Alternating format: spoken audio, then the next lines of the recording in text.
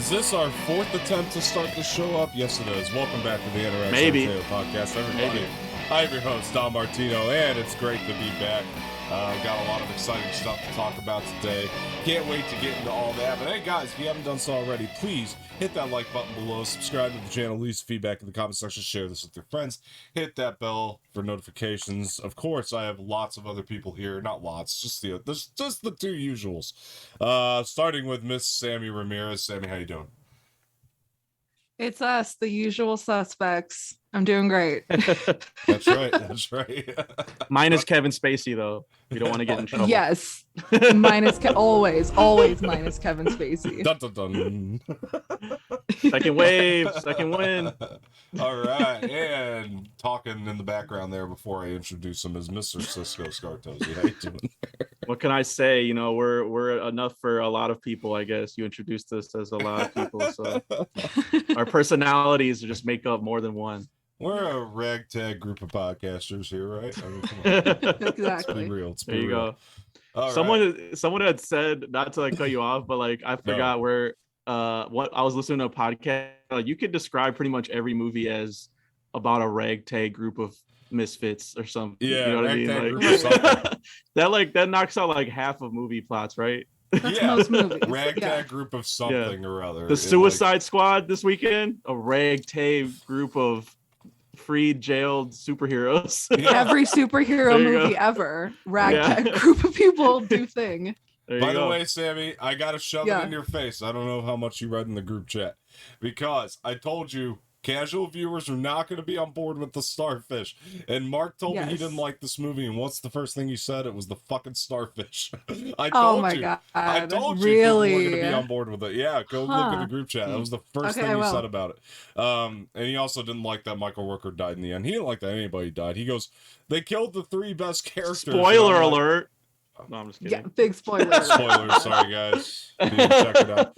If you didn't check We're out, gonna get some angry comments now. If you didn't check out the Suicide Squad this weekend, which clearly none of you did based on the numbers, there's your spoilers. But anyway, no, but like he didn't like the people that died in the beginning. He was like, it was the best characters that died in the beginning. I'm like, the best characters, they didn't have any development. I was trying to like navigate through that.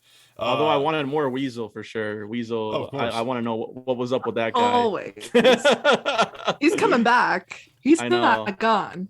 I hope so. Of course not. They got them alive for a reason, I would imagine. So he's got to come Sean back. Gunn, baby. Yeah. Sean Gunn, baby. That's right. Yep. Yeah. Did you like the movie, Cisco? Yeah, I did. Yeah. All right. We reviewed it on Saturday matinee. Yeah, Saturday, and we both liked it. It's not like our favorite DC. I feel like I got from both of us. Screw you, man. I'm so just good. No. I know, right? All the DC heads. It's clearly the best. No, I don't think it's the best one, but I said it might make my top 10, if not number 10. It's in the top 10 somewhere. So I really loved it. Yeah, it made my I did a ranking actually of my like all the DCEU movies, and this one was number 4. Nice. It came in high. Can I hear that 5 real quick? Do you want to hear it? I've been asking all my close friends and my family about that. Wait, are we doing is this real quick? 2 questions. Number 1, is this DCEU or DC? Yes. EU. I only did EU. I've been doing that too. Yeah, only EU. I think what we should do, you can go and read your list now for the EU, Samee, but I think what we should do next week, this will be really fun. Ooh, do all DC? If we rank the just our favorite That's DC a big movies, task. like our top 5, not all of them, but like our top 5. Oh, okay. Favorite DC movies, general. Then you're talking, Watchmen. You're talking V for Vendetta. Let's do original Superman. Yeah, OG Batman. Let's do live action. Let's keep it live action at the very least. We can do animated another day, because that's like, I feel like there's just like a whole other group of animated, that like can interfere too much with that. I just watched one today. Which one? The new the Long Halloween part 2 just came out today. I gotta watch those. I have the graphic novel I still want to read, and I haven't read it yet, and I need to get through it. And then I'm gonna watch both. It's all right. I wouldn't say you have to rush out and watch the movies, but they're always pretty consistent, the animated stuff though. Yeah. I love their animated stuff for sure. I rewatched after watching the Suicide Squad Assault on Arkham, which I think is really fitting. It was a really nice double feature. I was gonna watch the Suicide Squad one. They got one on HBO Max. Hell to Pay. Is that good? Great. Yes. If you like the Suicide Squad, that movie's really close to it. There's actually you could tell James Gunn watched that and took things from it. You know what I mean? Because there was definitely there's really common themes and elements in it for sure. Sammy, what's your top 5 DC go ahead, Sammy. films? Yeah. You just want my top 5? Well, I added all of them. There's 11. Oh, whatever you want. Go ahead. Yeah. Floor's yours. I didn't rank them, so I'm just curious. I'm gonna do the whole list. All right, floor's yours. I'm gonna do the whole list. Also, I included the Snyder cut in here. I don't know if that's official. I count it as official. Here's the deal, though. If we're gonna do this, it's not canon. No, it is in my heart. I'm just kidding. I don't give a fuck. I might break just to give a comment between each of them, just so you know. I'm not interrupting you. I might break to give a comment. All 11? Damn. Maybe. That might take a while. Maybe save it for the top 5. There's at least one. There's at least one that I know you'll have a comment on. Okay. I know for a fact. I said I may comment. I might not. Go ahead. There's one I feel like you definitely will. All right, starting with number 11, we have the theatrical cut of the Justice League. The worst. That's the worst one. For me. Number 10 is Man of Steel. Yeah, that's pretty low for me. Yep. I would have put that one a lot higher. I would have put it a lot higher. I knew you would disagree with that. We'll see what the rest of your list is. It might be acceptable. Okay. But I would put it a lot higher. We'll see. Okay. Number 9 is Wonder Woman 1984. Did not really care for it. Did you skip 10? You skipped 10. Didn't you? Or no, 10, you said 10 was 11, Man of Steel. Okay, yeah. I would have. My bad. All right, that's a quick comment. I would have flip-flopped at least 84 and Man of Steel. I think Man of Steel is better than 84, but go ahead. And then, number 8, Suicide Squad, the first one. Yep. I was waiting for that one. Yep. Waiting for that one. Definitely low on my list. Yeah. All right, number 7, Batman v Superman. Yeah, see, I'd put Man of Steel over BVS. I'd put Man of Steel over BVS. No, it's sick for sure. You do Man of Steel over BVS? I do. Man of Steel over BVS. Cisco seems to disagree. Yeah, I'm with you, Sammy. You like BVS so far. Nice. Yeah. Hey, I'll take that. Director's cut. Director's cut. Yeah, director's cut is my preferred version as well. At least that means you guys are giving BVS some kind of credit there, so I'll take it. It works. Yeah, so far we're not it's too not far the off, worst. Sammy. So far, I didn't even rank these, but I'm pretty with it so far. I don't have a problem at all. All right, so that was number 7. Number 6 is Aquaman. Ooh, thought it was all right. Okay, kind of middle of the road. I'd put that around 6. That's my first one. I that's in my top 5 for sure. Wow. It just barely didn't make my top 5. I like that. That's a good rank. Yeah. All right, number 5, we have Birds of Prey. Wow. Yep. Number 5. Yeah. I would flip-flop Aquaman and Birds of Prey. Birds of Prey? Yeah, I would put Aquaman before Birds of Prey easily. Yeah. I like right. Yeah, I'd agree with that. I'd agree with that. Probably. Yeah. Fair. All right, number 4, I saw it already, The Suicide Squad. And number 4. Okay. It's really great. All right, and number 3, I have the Snyder cut. Okay. I thought it was really great. The top 3 are the ones I really enjoy are the top 3. The rest of them I'm but they're fine. But the top 3 I'm really good. Snyder cut wouldn't make my top 5. Then. Okay, go ahead. I don't know. I feel like you probably know what the top 3 are then. So 3 is Snyder cut. Number 2 is Shazam. Okay. I loved it. And then thought it was great. More. Can't wait for the sequel. And number 1 is Wonder Woman. That first Wonder Woman. That's still my number 1 as well. That I think it's just the best one. Mm-hmm. We're very close, Sammy, in top 3 if I was to include Snyder Cut. Except I would throw Snyder Cut 1, Shazam 2, Wonder Woman 3. That would be mine. All right. Top 3. But we're close. That's good. I get that. Yeah. That's pretty good. Yeah. We're very close on that. Yeah. That makes sense.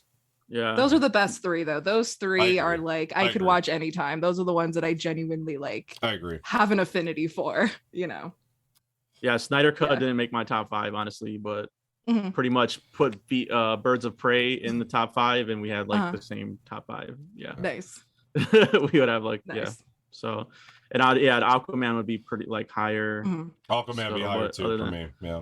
I love Aquaman. But other than that, and maybe I'd probably have Shazam probably lower end, bottom 5, and then Birds of Prey. Birds of Prey is a 6 to me. It would go around 6. And then it was number 5 for me. So. Then The Suicide Squad, then Aquaman, then Wonder Woman. That might be my top 5. I'm just doing it on the fly, so I can't. Yeah. Sorry. Well, we'll make our DC movies next week, so we'll try. We'll see how that top goes. 5. Let's do. Yeah, we're pretty close. We're pretty close. Yeah. Overall, I like that though. That's a good list. Yeah. I mean, it's fair. I was happy with my list. I was like, I fully associate with this list. It's fair. It's a fair list. I don't think you treated anything unfairly. Maybe Man of Steel, but other than that, I don't think you treated. I just don't like it. I know. I don't either. Yeah, I can't. I just don't like it. I know there's I'm defenders sorry. of it though, but I did rewatch it for whatever. I think the Snyder cut. I think I rewatched it just to get prepared for that, and I was like, yeah, I just don't like this movie. I just flat out I gave it another chance, and yeah. Love Man of Steel. Love it so much. Yeah, I think I sold it after that. I was like, yeah, I'm good. I don't need this in my collection. Yeah. So I wanted to bring this up because switching gears here, there's a lot of freaking world records out there that people try to, like longest field goal, things like that. Most hot dogs eaten most in hot dogs. Some people do hot dogs. Some people try to chug 2 liters of soda in 18 seconds, as I found out today. This actually just came out today. You guys got to see this. This is fucking wild. This man right here, Eric Badlands. Is this gonna be like an elf when he did it? Is it like that fast? When Will Ferrell did it in Elf? It's pretty wild, man. It's pretty wild. Can you guys That's probably can the hear bar. That is who I thought would look like the guy who would break this record, honestly. Yeah. Right. That's not surprising, honestly. He kind of looks like the starfish from Suicide Squad. Yeah. Shut the fuck up. Trying to get this where you guys can hear it really well. Okay. Let's see. Can't help it. He's got like a diamond shape, like a triangle. Let's see. Let's see if you guys can hear this. Sorry, I'm not body shaming. I'm just saying it's a joke. Yeah. Even I can't hear it for some reason. Let's see. Video capture device 3. Oh, maybe. I have an official measuring cup here. You see right here, it's 2,000 milliliters, which is 2 liters, okay? So I'm going to pour this commercially available cola into the measuring Why did you cup. take the label off though? You didn't want to give them any free promo? Yeah. Let's do this, folks. Looks like Coke to me. Also, okay, I'm an avid soda drinker, and I can tell you right now, that was a black lid, so I feel like this is Cola Zero is what he's drinking. No calories. Perhaps. I just feel like that should be said. Okay. If we're trusting my expertise. Because Coke has red top, right? Yeah. Yes. And then what is Diet Pepsi is blue? silver. Pepsi's blue. Pepsi's blue. Right? Diet for both is silver, and then black for both is 0. Okay. I like how our detective skills. Yep. No better What if he like lifts his world. armpit and like all these starfish just come out of it?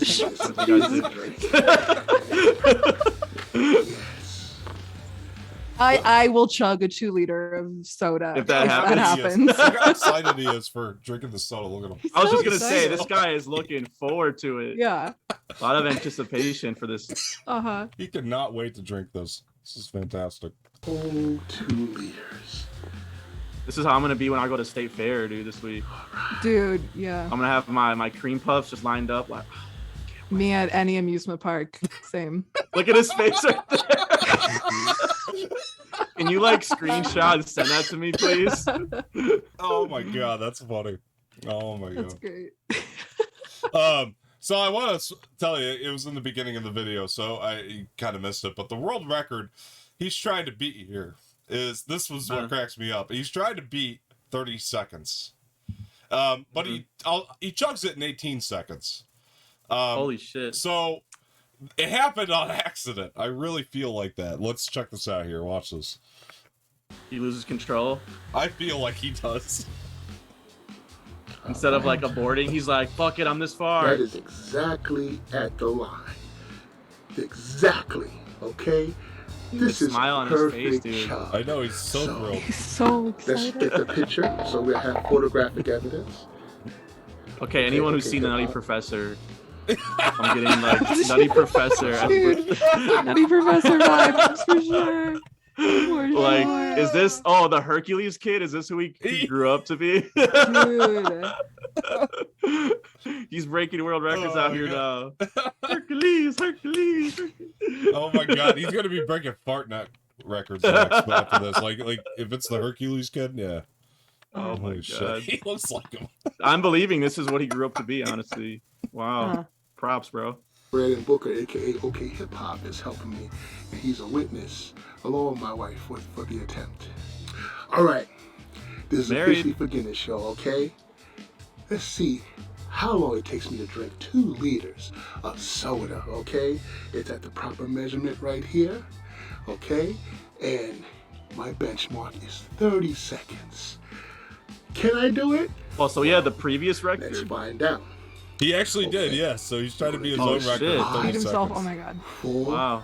3, More impressive. The countdown. 2, 1. Oh, you gotta take that deep breath, bro. Oh my god. Oh, he's got it in like a science like jar, like a fucking. Look at him. Oh shit. Yeah. That moment you realize you fucked up. That meme.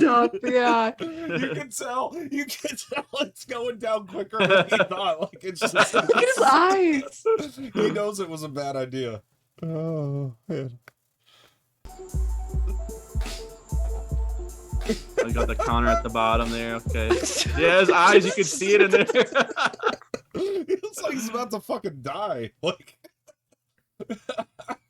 his wife is recording. She should stop this man. That's a good shot right there. Who's directing this? Tarantino? The cinematography. Cinematography on this point. is lit. A+.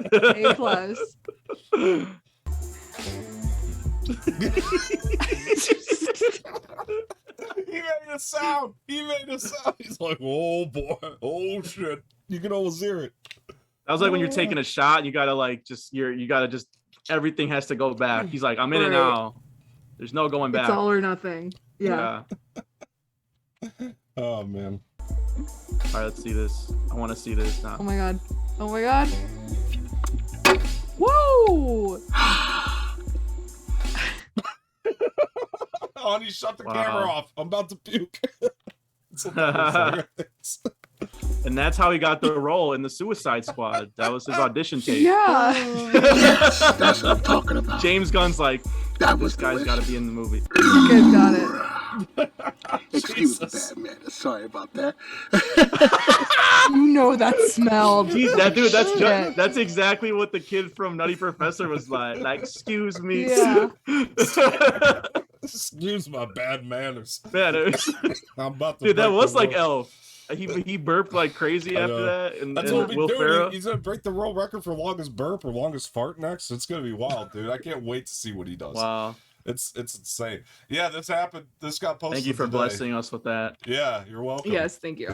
I love it. I think it's great. I don't know how we can top that though. You kind of set a high bar for us now. Yeah, man. Yeah. I'll find something. Might have blown our wad early. Oh. What movie did I just see? That was like a line in there. It might have. It was a Salma Hayek action movie. Everly. That shit was cool. She was some girl tried shooting her and she was like, "You blew your wad early." Oh, and then like shot her. Hitman's wife's bodyguard. Was that what it was? I didn't see it, but I'm assuming. No, Everly. Oh, Everly. It's like an older one. Yeah. Oh, okay. It's fuck, I forgot who directed it. I'll look it up. But yeah, yeah, it's on Shudder right now. We did a Movie Buffs episode on it, and yeah, we both liked it. We were surprised. But yeah, it's a good action flick in one location. Salma Hayek kicks ass in that. I was like, yeah, I recommend that one. I'm sure. But yeah, you blew your wad early. I was like, okay. What a line. Salma Hayek with the one-liners. Joe Lynch directed that. Okay. I've heard of that movie. I'm a fan of. Yeah. All right. I'll check it out. So yeah, Shudder. Check it out. Shudder. If you're looking for a good action flick. All right. I'll check it out for sure. I need to get Shudder still. I haven't seen Hitman's Wife's Bodyguard. Are you guys gonna go see Free Guy though this week? I've seen it this week, and Sammy said she didn't plan on it, right? Yeah. Yeah. Dude, that was like the longest rejection ever. Yeah. You should just like take that bad, clip. and I'm like, sorry. Take that clip and just use that in the future. Anytime you have to reject somebody, just be like, yeah. Great reviews. Yeah, it's gotten better than I expected, honestly. Because I mean, after it's been delayed for like 2 years now. It's been I didn't think it had any hope, honestly. After that, I was like, shit. But yeah, it's gotten some good reviews. So I don't know if I'll see the theater this weekend, but I'll check it out eventually for sure. Gotcha. Yeah, Ryan Reynolds. We're doing I'm having a heavy Ryan Reynolds week though on all my shows. We're doing Deadpool on Saturday matinee this weekend. I guess I do have to see Free Guy. Yeah, we're doing Free Guy in Deadpool. And then I guess I gotta go. Shit. Yeah, I guess I do have to go. Fuck. And then movie buffs, we're doing Smoking Aces, another Ryan Reynolds. So I'm just gonna be Ryan Reynolds out this whole week. I love Smoking Aces. Fucking Ryan Reynolds. I mean, those are, from what I hear, those are like his best films. I haven't seen Smoking Aces yet. You're not doing voices? Huh? You're not doing voices? Well, it wouldn't really fit. For movie buffs is like action movie. Yeah. Gotcha. And then for I don't know if Edwin likes voices. I like voices though. I would have done that. Voices. But I thought Deadpool kind of fit more, or you know what I mean? Yeah. And I had just watched the second one on TV like the other day too, so I was like kind of in the mood to rewatch the first one. And it's the 5-year anniversary this year. Oh, it is. Wow. So I thought it was like, I was like, yeah, we have to do it now. It's perfect. Yeah. What do you think? I fucking love. It itched. Leave me alone. It was an itch. I was, but it was because it was itching. Watch out for that camera. You never know when it's gonna get you. Leave me alone. All right. Leave me alone. It itches sometimes. Sammy, what were you doing before the show? Before this? Yeah, you just had a line going. You just. Oh no, yeah, for sure. For sure. Heroin and cocaine. Got it. A little that Miley Cyrus. A little that white girl. Exactly. It's my idol. I aged with her. Oh yeah. That Billie Eilish. Living the Billie Eilish life. I'm just gonna start naming white girl names and see where you guys stop me. I've been listening a lot more to Billie Eilish's the new album, Happier Than Ever, and like it's growing on me more and more. Like fantastic. I really love it. It's incredible. Taylor Swift. My queen Taylor Swift. Every time that's who I want to see in concert. I've never seen her in concert, and I'm dying to, because her next tour is going to be incredible. And I'm going. I've decided. I don't care how much they are. I've decided. Like the world's gonna end soon. I'm going to see Taylor Swift before it ends. Every time, because Sammy and I follow each other on Spotify, so every time I pull up Spotify, it shows me what she was listening to. It's Taylor Swift, like 9 times out of 10. Yeah. You would think guys would know by now not to like go out with her. You know what I mean? You're just gonna be a hit song after you're. You would think they learned their lesson by now. Songs are so good. You know what I mean? Any royalties from that. Do you think they should get some royalties from that? Sometimes I sit and think, like, what does Tom Hiddleston actually think about Getaway Car? That's the song that she wrote about him. Like, does he like? Because that song's a fucking bop, man. So I'm like, does he like it? Does he respect it? Does he just hate it? What does she think of Loki? What does she think of Loki? Good point. I mean, they cast a blonde as the female lead. And he was an executive producer, so he had a say in that. Yeah, exactly. There you go. You make a very valid point. They just did an honest trailer for Loki too. If you guys haven't seen, I watched it. It's good, right? Yeah, it was good. It was really funny. It a lot. It was like, I like the intro where it was like all the Marvel movies asking the big questions, and here comes Loki asking, "How long would it take for you to do yourself?" I haven't watched it. I thought that was really good. That was really good. I also like when they're like, and introducing all the different new characters and variants, like Kang the Conqueror's Theater Kid variant. Oh yeah. Good. I like it. What was it for the credits for the first credit? It was like low key on God. yeah. Me and my brothers were laughing quite a bit. Low key on God. What do we got for news? What's going on in the world news? We got Stranger Things sneak peek. I was excited about that one. Yeah. I can't wait for that show to come back. Friends don't lie. Show. I'm hyped. Stranger Things don't lie. Friends don't lie. You know what, for some reason that reminded me of, I'm pulling this up just because it reminded me of it. The fucking, shit. You know the scene in Other Guys? Pimps Don't Cry. You know what I'm talking about? Oh, yeah.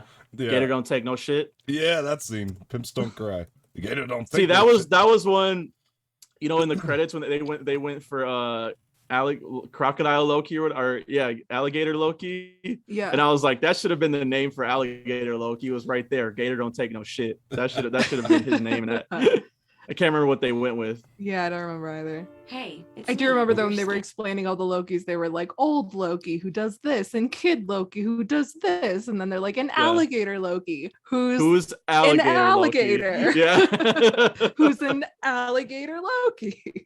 That was it. Yeah. No, it was a good one. Yeah. I need to watch it still. I mean, Loki I've seen in the Honest trailer. Oh, guys, I watched Space Jam finally too, the new one. Ooh. Oh, did you? Was it horrible as we said it was? Yeah, it was. I told it was you. really bad. It's pretty bad. I hate myself for like, Pretty bad. I'm like, it's gonna expire here. Let's just watch it. And then like an hour into it, I'm like, fuck, how much longer is left? Just went on forever. It really did. I got to like 90 minutes and I was like, oh, okay, I'm ready for this to be over. Yeah, it was bad. Like, It was I can't anymore. That's when you know a movie's bad, when it's like starts hurting. Yeah. Like, fuck. And they're like, can we just wrap If I was in this a up, theater, I please? probably would have like walked Wrap it out, up. dude. Yeah. Mm-hmm. Get it? There is a I darkness would have like gone to the inside bathroom me. or something. It So wants I can't to get out, wants to walk play this around. game anymore. It wants some walking this is around the money. best right And here. it wants to buy some shoes, and it wants to walk up with the people and say, "Hey, Gator don't play no shit." You feel me? Gator never been about that. Never been about playing no shit. Sweetie, I'm sorry. It's okay. That should have been the credit right there. Gator Don't Take No Shit. Yeah. The attending physician told me we got a drugged out pimp in the God, I back. miss Eva Mendes, dude. I went back there. Yeah, And I sure, pushed sure. that curtain, and I saw you. She retired, apparently. You were Oh, really? Yeah, she's just chilling with Ryan Gosling. Yeah. inflamed, Holy shit, yeah. crying. At that moment, I knew, hey, he's no pimp. Pimps don't cry. This random song. Don't cry. Pimps don't cry. Pimps don't Doesn't he snap at her again still? He does. This movie's so ridiculous. He just chimes in like, why does he know those lyrics? They never shed a tear. Is he- Let's make love. Let me be. Let me be who I'm gonna be. Ellen, I'm pregnant. Whose baby is that? Who's the man who did that to you? Gator's bitches better be using Jimmy's. That's the best. Gators bitches better use these Jimmys. I love that movie. Whose baby is that? I've met a small group of people who really just don't get that movie. I think it's one of the funniest Will Ferrell movies, honestly. It's like I a was cult listening. hit. This is a good segue here that I recommend because I already recommended you to listen to Conan's podcast. Yes, I've heard but it yeah, quite a few times. It's great. The new episode, he interviewed Cecily Strong, who was may or may not be on SNL next year, but yeah, SNL Right. cast member.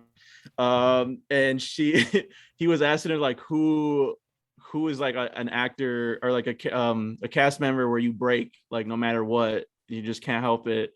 And she was like, Kenan Thompson, and she was naming Colin Jost sometime, but then she was like, but yeah, Will Ferrell. She was like, he has those. I can't. It might have been Conan because I think he was like before her. But Yeah. Conan's like he just has these dead eyes where it's like he's just so into the character. He's like he's like trying on purpose to like make you laugh almost. Like he's just going 110%. And it was like it just used to get me every time. And I was just like, yeah, I can't even imagine like. Yeah. I hate Jimmy Fallon for like breaking in a lot of those sketches, but at the same time, I'm almost like I can't even really be mad. Like I probably wouldn't be able to keep a straight face either. Oh but... yeah, I mean, like... it's so true. He does. You watch any of his Will Ferrell's SNL sketches. Fallon's done. Fallon's done from the beginning. Oh my gosh, yeah, the one like the jacuzzi one. You know what I'm talking about? when they're all in the jacuzzi. He's crying. It's amazing. Literally, you watched him. Will Ferrell doesn't break once. No, he is not in once. character in the It's like- moment. it's like a 100% challenge of for the time, him. and Jimmy He's like, Fallon I'm not is just breaking. dying. Yeah, It's incredible. crazy.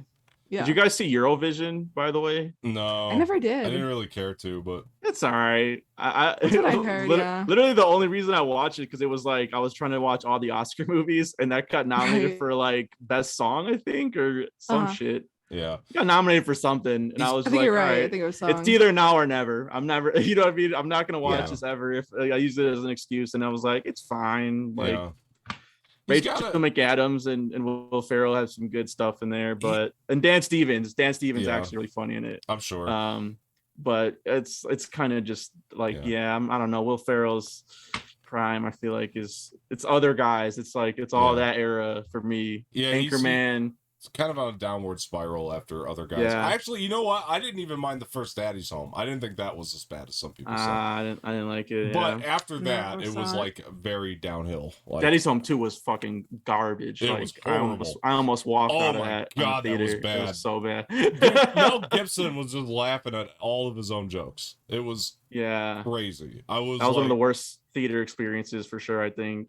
And me and my friend were like primed. Like I think we were like drunk. We were lit. We like went there. We're like, fuck it. What's playing? Daddy's Home 2. Oh, shit, that should be funny. And we're just sitting there blank faced and like drunk, like buzzed, and just like, wow. That's the worst, You can't even make a drunk person laugh, dude. Like the Yeah. bar was so low for Daddy's Home 2 for us, and it couldn't I know. even. I think the only part Oh, we laughed no. was the one in the trailer where John Lithgow is in the escalator and like kisses Will Ferrell on the mouth. Oh, yeah. That's Yeah. like the best part, and then everything else was just like dumb. It was terrible. It was like sucks. Will Ferrell. Let's have Will Ferrell fall again and CGI jump into something, and I was like, oh my god, like Yeah. they actually Yeah. thought this was funny. It was awful. It was so yeah, it's fucking bad. awful. Anchorman though, probably my top comedy of the I love 2000s. Anchorman. Yeah, so Anchorman's I can't. great. Yeah. So Um, all due respect to Will Ferrell, you know what I Yeah. mean? Of That course. guy's amazing. so Stranger And Talladega Things. Nights too. Talladega Nights. Oh, Talladega Oh yeah, Nights. Stranger Yeah. Things. No, but Talladega Nights is my Step favorite Brothers. Will Ferrell. It's my favorite Will Ferrell's Talladega Nights. It's 100%. Anchorman still for me. Talladega Nights 2, number 2, close second though. Fair enough. But Stranger Yeah. Things. Yeah. Looks Yeah. good. Yeah. I want to see it. I mean, I'll be honest. I mean, that little wasn't too glimpse much. that we actually got of the season Right, 4, it's like the 30 whole- seconds. The whole thing Yeah. was like recapping things, and excuse me. So the little glimpse that we did have, I know the little glimpse that we did have is I'm a smoker, people. See how it feels when we call you out on it? See? We talking That's about that Delta How do you like Omega it? variant. Oh. The Omega variant right there, bitch. Anyway, so the little glimpse that we did get looked pretty cool. It looked intense for sure. Do you guys liked it? I mean, Yeah, I'm kind of like just antsy at this point. Yeah. Like they could show me anything, Mhm. and I'm just like, fucking give it to me. Like, but we have to Yeah. wait another year. It 2022, said it's 2022, and I'm like, no. Yeah. I was like, why? Yeah. For some reason, I had thought it would be like December, like this winter or something. Were you guys? Yeah. Did you guys? Right. do that?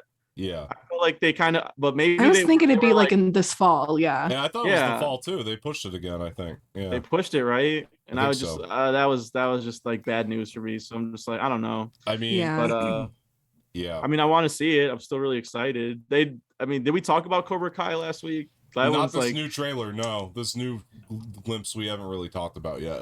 Which but that was I the just thing. bring it up because it's like it's crazy because like I think season 3 dropped like January or something of this year, And they're already putting the and fourth one season 4 is coming out in December. Yeah. out. Amazing though. And I'm like, so holy happy. shit! Like that's great. What That's must that crazy. be like?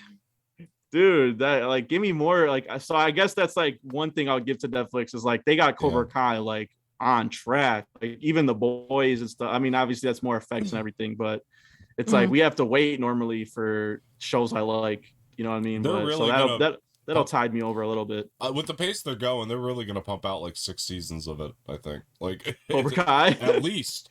It's I super mean- successful too, so it makes sense. Like Yeah. you know what I mean? People love it. I like it. It's, I think it's it's good, a good amazing. show. I love it. I think One of their best. One Yeah. of my favorites. It's my probably between that, I mean, that and Stranger Things for me are like my top like Netflix shows up there. It's that and The Witcher for me. Stranger Things is right under it, but yeah, it's that and The Witcher if I had to pick two. Like it's Stranger Things and The Crown for me.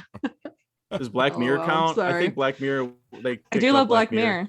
Yeah. So I don't know if that counts as a Netflix origin. It is, isn't it? It is. Yeah. Is it? Yeah. Okay. It is. Well, I thought they it picked it up from started like a in BBC. Canada or something, right? Yeah, I think it started as a right, British actually. show or some shit. You think But I you're don't right, know. actually. Yeah. Yeah. It's our list. Fuck it. Black Mirror's on my top. So Who gives a shit? It is now. Punisher. I think it is season now, 1. though. Oh, Flash or not Flash? What the fuck am I talking about? Daredevil season 1 was phenomenal. Oh yeah, Daredevil season 1. Yeah, they got a couple like bangers on there that they got to put out on Blu-ray for God's sakes. They used to put the some reason Daredevils on Blu-ray. They used to, and then they didn't. I got the Stranger Things seasons, but yeah, I need like more. I need the Marvel shows. Yeah, I need a lot of these. They man. never put season But 3 on Netflix, Blu-ray. They don't. Stranger Things. I'm a little upset. They about didn't. That. I know. I got season 1 and 2. I'm waiting on 3. I have a lot of problems. That's my favorite. That's my favorite season. Yeah, I didn't like it that much, but I mean, I still want it because I'm a completionist, so I really need season 3. Yeah, I mean, there was good parts in it for sure, good episodes. Yeah. For sure, Oh, you know what was freaking incredible, which we've talked about before, but Series of Unfortunate Events, the Netflix show. That was great. I liked it. Was incredible. That was great. Yeah. Yeah. That was a gem, man. If anyone's out there hasn't watched it and that sounds interesting to you, it's incredible. It was especially great. fans of the books. Especially fans of the books. God. You have I have all of them right here too. Seen it. All these right here on the shelf. Oh, yeah. That's all, I got all them Series of up Unfortunate that Events. way somewhere. Nice. I do have them though. Nice. But yeah, I mean, it was just great to see it completed in movie or show form. All 13 books. Yep, all of them. Yeah, they did it. So, I mean, you gotta hand it to them. 2 episodes each. Props to Jim Carrey for trying and shit, but it's like you can't pack in fucking 13, books. And I love that movie. I think, oh, me too. yeah, That I think great. the movie is still good. Yeah, it's still a good packs movie. in like the first couple of them, but yeah, I think the series is like more. Yeah. You know what I mean? The series is more they direct, did everything. Adaptation. The movie switched things around, which I was actually okay with. Like I thought that the way that they did it in the movie was good. It's still like we got to the same conclusion of the first. I remember seeing people were complaining like, I don't know, I tried getting into it and it was weird. I'm like, have you read the books? The books are fucking weird. Yeah. Like, that's why I like. There's a baby that her power is like she bites things hard. She like bites stuff. Yeah. like it's a weird ass. I think they captured the tone like amazingly. Like it was. Yeah. That's the tone of the book. That's the tones of the book. Like, are all the adults in this series just stupid? Idiots? And I'm like, yes, that's the point. That's the point. That's the point. You can't trust adults. Adults aren't. You can't trust adults. And they don't respect they don't have your children. Best interest. Nope. They don't respect children. Yeah, it's like, but yeah. Mm-hmm. Over That's the head. Point. Over the head with the point.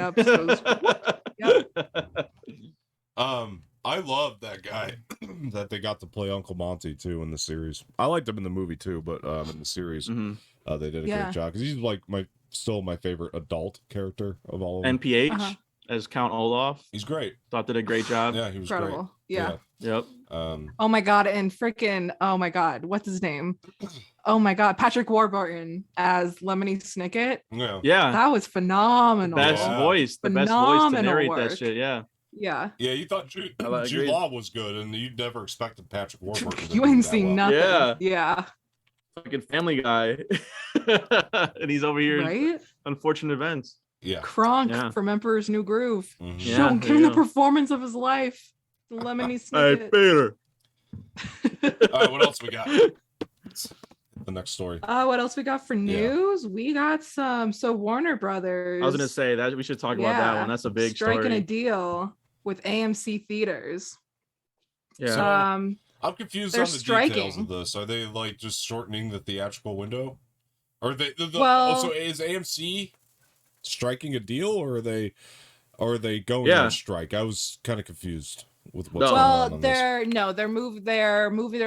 striking the fact there's no more day and date. 45 day and date theatrical window. I feel like Cisco, you want to explain it? Are you they probably extending explain it, it or better. are they extending? Getting rid of it? They're getting rid of it.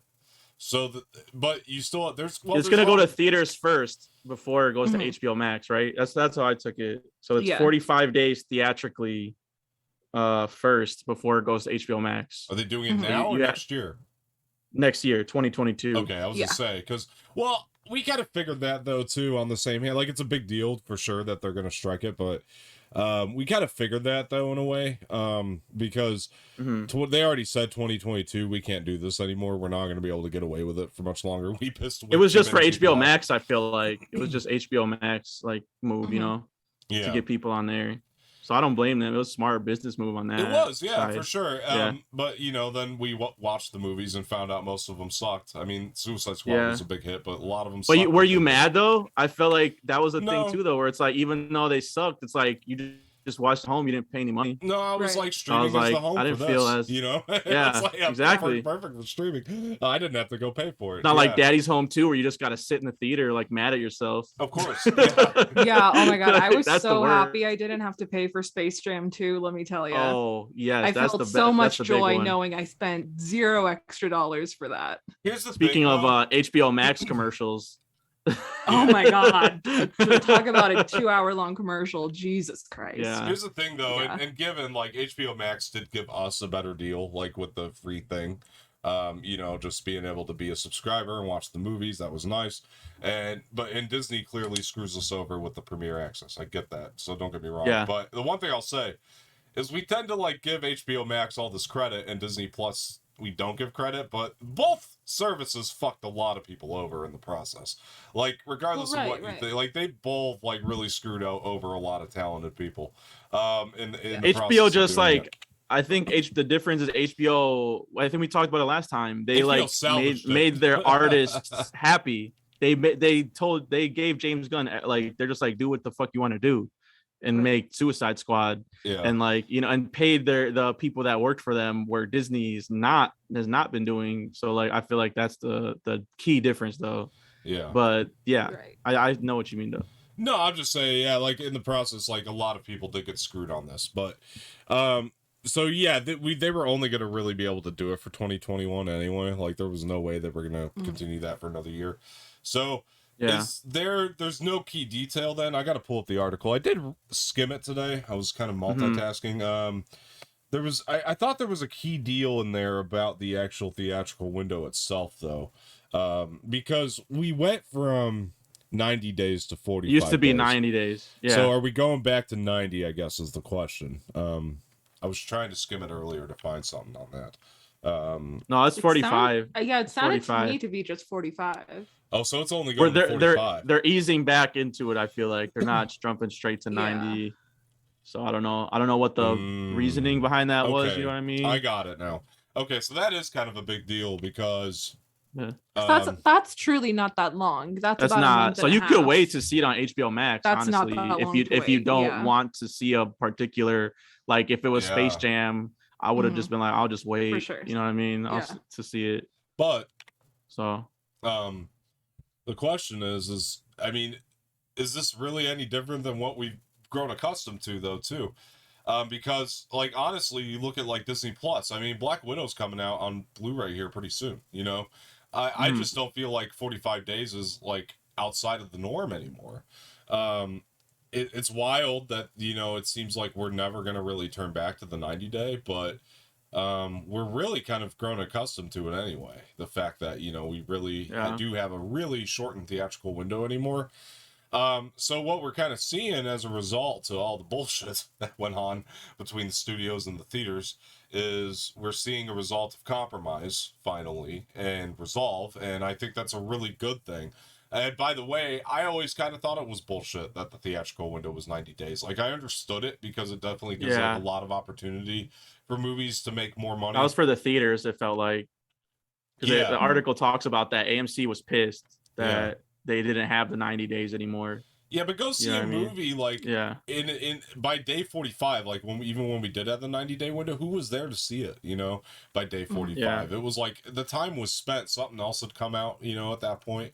Like, unless you're like Avengers Endgame or like The Force Awakens. It's a long time. I mean, who's gonna? It's a long time. Yeah, who's gonna show up after that amount of time? So, Yeah, I think it's better, especially as a collector. I'm sure you're happy, Cisco, that Hell yeah. we're just kind of going. We're going to be able to finally purchase these things a lot quicker than we used to be able to, and I think that that's actually very fair. I think it's ridiculous that you used to have to wait so long to own a movie when you loved us so much. You almost forgot about it. Like, oh yeah, that fucking movie came out this year. Especially, like 3 months later. Especially last year in 2020, I was horrible at collecting stuff because I constantly just like would not check release dates, or like they would just kind of unless you were up on it, you would just forget. And the way that they were releasing them last year was very out of the blue. So now I feel like with a 45-day window, we can kind of like start to keep track again. It's like, okay, we know now after 45 days or so, the movies are going to be out on Blu-ray or VOD or wherever you get them, and you can just purchase them. We can kind of track it a lot better now. I did the one thing I liked about the 90-day theatrical window is I felt like I was tracking better, but now that we have an official statement, 45-day theatrical window, which is I'm sure how all the studios are just going to start doing it now, and they might as well. It's going to help us out a lot more, and especially for Warner Brothers movies. So the other thing that's scary about this as a physical media collector, though, is they're going 45-day window and then it goes to streaming, which means streaming's still going to try to take over the theatrical or the physical media. So as somebody who appreciates physical media, I'm kind of worried about physical media too, because it's like, oh man, everything's just going to go straight to streaming now. Everybody's got their own service. Eventually they're going to do away with it. So there's pros and cons to both of it. To both perspectives, I guess, on it, physical media collectors and streaming junkies. So we'll see. I think it's all just got to be a compromise. I still feel like there's enough of a thirst for physical media, though. It's not going to go away for a little while longer. I think we have probably about 5 more years. That's baseball, or ballpark. I am while you can. Really though. Get them while they're hot. Yeah. The other interesting article that came out, kind of about this though, which I don't know if you guys read. I didn't throw this in the news, but I did read an article. This just reminds me of something I was reading about. Jason Blum was talking about streaming and why it's going to destroy quality movies, and he actually brought up some points that make a lot of sense to me. Which is the fact that, and you guys can speak on this, because the fact that when you're putting a movie out for theaters, they basically take the approach of the better it is, the more money it's going to make. When you're putting a movie out on streaming, all you really need is the title to get people to sign up. You don't actually have to worry about. I mean, have you seen the Netflix top 10 lately? Exactly. It's like a wasteland. You just have to click on it. How is this the number one movie on Netflix right now? It doesn't matter if people are loving it and it's critically acclaimed or whatever. It's just, are people watching it? Yes or no? Done. Yeah, Liam you got your Neeson numbers. is like it's successful. Consistently in the top 10, and a lot of his lesser movies are in the top 10. It's like, why? That's because they're watching it. That's a really scary thought if streaming is going to become dominant, because if most things go exclusively to streaming, then most things are going to be less quality. And a producer even came out, by the way, in this article that was written about, he even said, I don't really care about the quality of the movie. He even said that, a producer of a studio. They don't. I don't really care. I just care the thing that they look for is, can they make it, and can they make it cheap? And that's can they make franchises? Scary. Yeah. Can they make it cheap? That's scary. Because that means that either they don't care how good the story is. If it's too expensive, we're not going to make it, That's a really scary thought. So I don't know if, because in the article too, I wanted to mention this, because we were kind of wondering last week, like how Suicide Squad would do this week. And it didn't do good. It was only like 28 million. Yeah, terribly. And so I think we just have to accept the fact that like movie theaters it's never going to be the same, you know what I mean, moving forward, especially if it's like streaming at the same time, even with the 45-day window. I don't know. That's another, we'll talk about that maybe next year differently, but like now, it's even the ones that we thought are going to be like huge blockbusters are not making blockbuster money, even though they're good, even though they're critically acclaimed. They have the biggest stars in the game right now. It doesn't matter. They're not people would rather just stay at home. Like, why wouldn't you just stay at home and watch it? Like, if that, and like people are, and then on top of that, you got the Delta variant, so it's like even more. There's so many factors in it, you know what I mean? Where it's like people are probably just being like, you know what, I don't want to risk going to the theater. I'm just gonna stay at home, watch HBO Max, or I don't want to pay for my whole family to go to the theater. I'm just gonna stay here, and we're just all gonna sit here and watch HBO Max. You know what I mean? Like, it's a different time now. We can't really talk about box office like we did last year, 2 years ago. 3 years ago. So. I mean, it's really sad. It's really kind of a crazy thing that happened because we started out with so much momentum in 2021 between like Godzilla versus Kong and Quiet Place Part 2. Both made, really good money. Had a good start. Yeah. And then we've seen it kind of consistently going downhill since. Granted, though, the summer blockbusters this year have been really bad. Yeah. I feel like this has been a pretty bad blockbuster year. True. But even like Mortal Kombat made money. It was a bad movie, but it made a lot of money. True. So, I mean, like, I feel like we saw the result of people just anxious to get back into the theater. And then they went back and they were like, hey, everything's on streaming now. I don't need to go, It was, so it's just, I don't know, man. It's kind of a scary time we're living in for us movie fans. This kind of reminds me a little bit of, so like back in the day, like in the 90s and early 2000s, Disney started Disney Toon Studios, and Disney Toon Studios' whole thing was to make like computer generated animated movies, but like for really cheap, and to just kind of pump as many out as humanly possible. So they're the studio that did all of like the direct to DVD sequels, like Little Mermaid 2 and Cinderella 2. Yeah, that's all Disney Toon Studios, because they were like, we just got to pump them out, make them cheap. It doesn't matter, just pump them out. Whatever story you got, what's in Fox and the Hound 2, perfect, let's do it. That was their whole thing. And they closed down recently. They did, like a few years ago. They actually shut down. Mm-hmm. But this reminds me of that. It's kind of the same mentality of like, we just need to get it out for cheap to do it. Quality doesn't really matter. We just need to get something out, so that way, because the whole thing was like, we just got something out, then we'll make a couple extra bucks off of it, and it'll be nice. We'll make it for cheap and we'll make a little profit. In a way, that was the whole reason for that. That's a good point, because there's a lot of, on the other hand, this isn't anything new. I mean, even when blockbusters were a thing, I'm talking about like the video rental place Blockbuster. Mm-hmm. You would go in there and every week there'd be a new batch of straight to DVD bullshit. It's not like these movies haven't been getting made anyway. It's just with streaming dominant, that's where I feel like it's going to start to cross a line a little bit where you're going to see a bigger quantity of that. And we already have with Netflix, to Cisco's point. Netflix has definitely been a top contender when it comes to quantity over quality.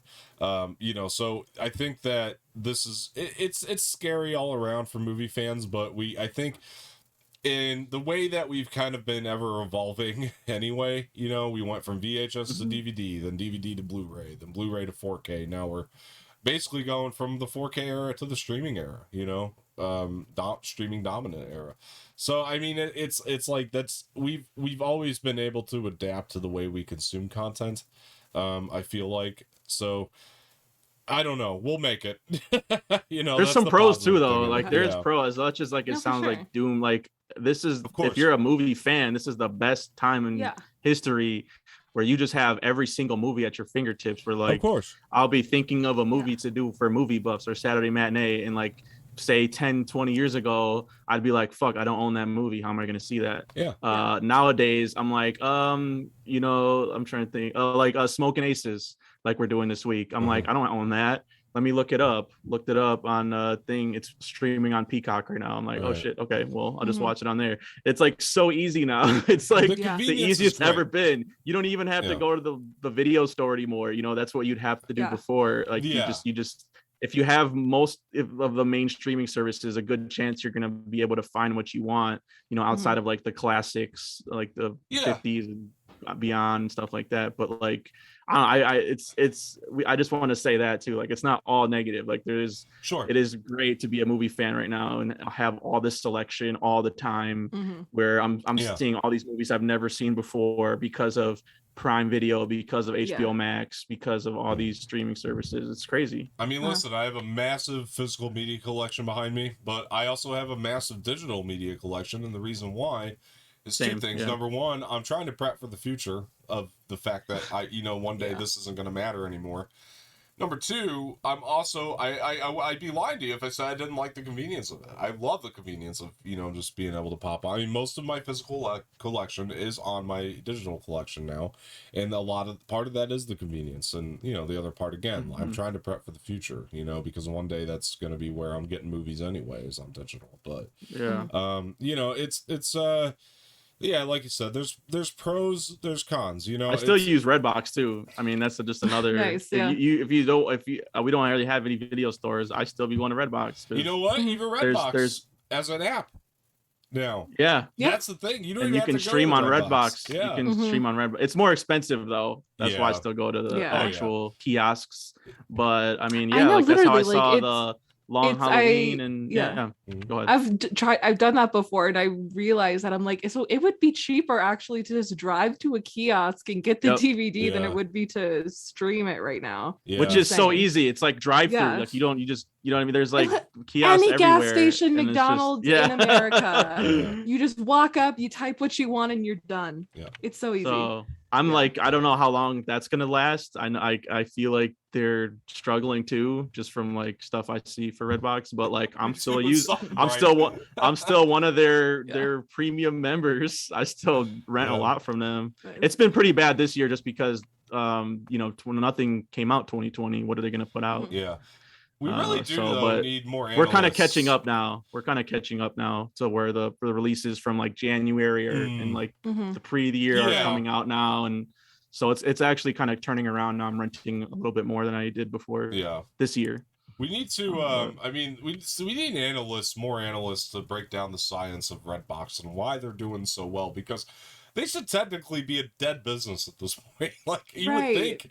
You know what it is? It's probably the Blockbuster thing with the late fees. People are probably just not returning it. Yeah.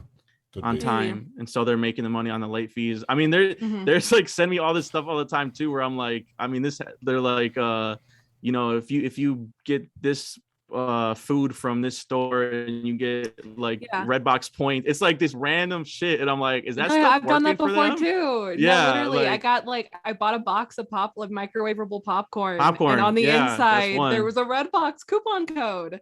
For anything, and I got a digital download too. Like it was a free kiosk rental or streaming rental, and I was like, holy shit. Oh yeah, they send me promos all the time too. Like you know what I mean? Like even today when I was just getting I just wanted the Batman one. I didn't have any like things in my account. Rented it. I was like going to check out, and then it was like, hey, do you want to rent another one and get like $1 off? And I was like, I mean, yeah, like let me see what they got. And then I found one that I heard was good from Edwin, and I was like, all right, I guess I'm getting two tonight.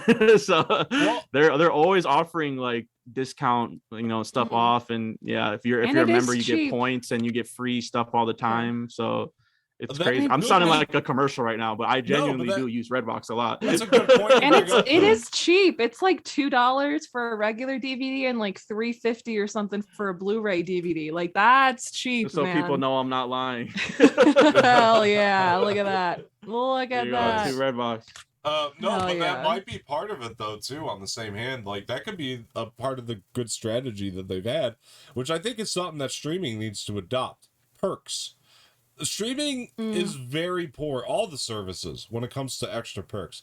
I genuinely think you've been a member for this long, we can, offer you like an extra month free now, something along those lines. I mean, or they give you like for your birthday, you get free movies. And if you've been like on the anniversary of when you signed up, you get free. It's like all the time they be sending me free shit if you sign up. And it's, I've probably been a member for like 2 or 3 years now, so I still use it. I need Disney Plus. Any movie I miss in the theater, that's like what you're talking about, Don. If I'm not gonna buy it, I'm like, I haven't seen it. I'm like, let me check it out on Redbox first. It's like $2 for a Blu-ray rental, Right. Yeah. So yeah, why not? Right. If I don't like it, it's like, well, whatever. At least I didn't buy it, and I'm stuck with it now. I just return it, and I don't have to think about it again. Well, yeah, Sammy, you were making a point about Disney Plus, though. Oh my God, yeah. I need Disney Plus to do a rewards program like that because I have been a Disney Plus subscriber. I signed up the day it was available. Me too. I've been here with day one. So I'm like, can you give me something like one free premiere access, like something? Yeah, I agree. That's a good point. Same with like HBO Max. They should be and stuff. doing like, something like that. I haven't been since day one, but I was really early on that one too. Yeah, like I should be getting something. I don't think any of the services adopted the strategy yet, the perks, and I think that's part of what Redbox is doing to make themselves or keep themselves successful. Is they treat their customers well. There's something to the way you treat your customers. No, their customer service is like 24/7 too. Because I remember I had an issue like a couple months ago maybe where I was like you have till 9 o'clock to return it, and I was like cutting it close, but I was like 8:50 I'm there, the kiosk was not working. Holy shit. And I'm like, fuck this. I'm like, I just like called them up and I was like, hey, I'm like going to return it, it's like broken. And she's like, okay, thanks for letting me know, like you won't be charged if you return it to a different one, or they said you'll still be charged, we'll give you a free movie for the inconvenience or a free rental. So I was like, okay, lit. So then it worked out. So I paid for one extra night, but then that just went to another movie for free. You know what I mean? So they really do take care of you. Yeah. And that is a cool thing about Redbox that I don't think everybody knows, but you can return the DVDs to any Redbox ever. Because we used to do that when we would go on like family trips when I was a kid. Like we would rent a Redbox DVD and then like take it on vacation with us, and then like the next day return it and then get a new one in like whatever new state we were in. It's beautiful. They have a new I don't want to call it like a streaming something. It's like Redbox Plus. I do think it's called that. Where they just sent me an email for it like a couple weeks ago, where it's like you pay $10 a year. It's like a yearly subscription or something, and then I guess you save money. You get so many rentals a month, and they broke it. I don't know. I didn't sign up for it, but I was like, I mean, maybe that's gonna be like another thing where they get money from people. I just feel weird about like year-long commitments with unstable businesses. Right. So I learned my lesson from Movie Pass. I'm like, I'm good with just paying every time I go to the kiosk and getting that charge on my card the next day. Like I'd rather just have that comfort.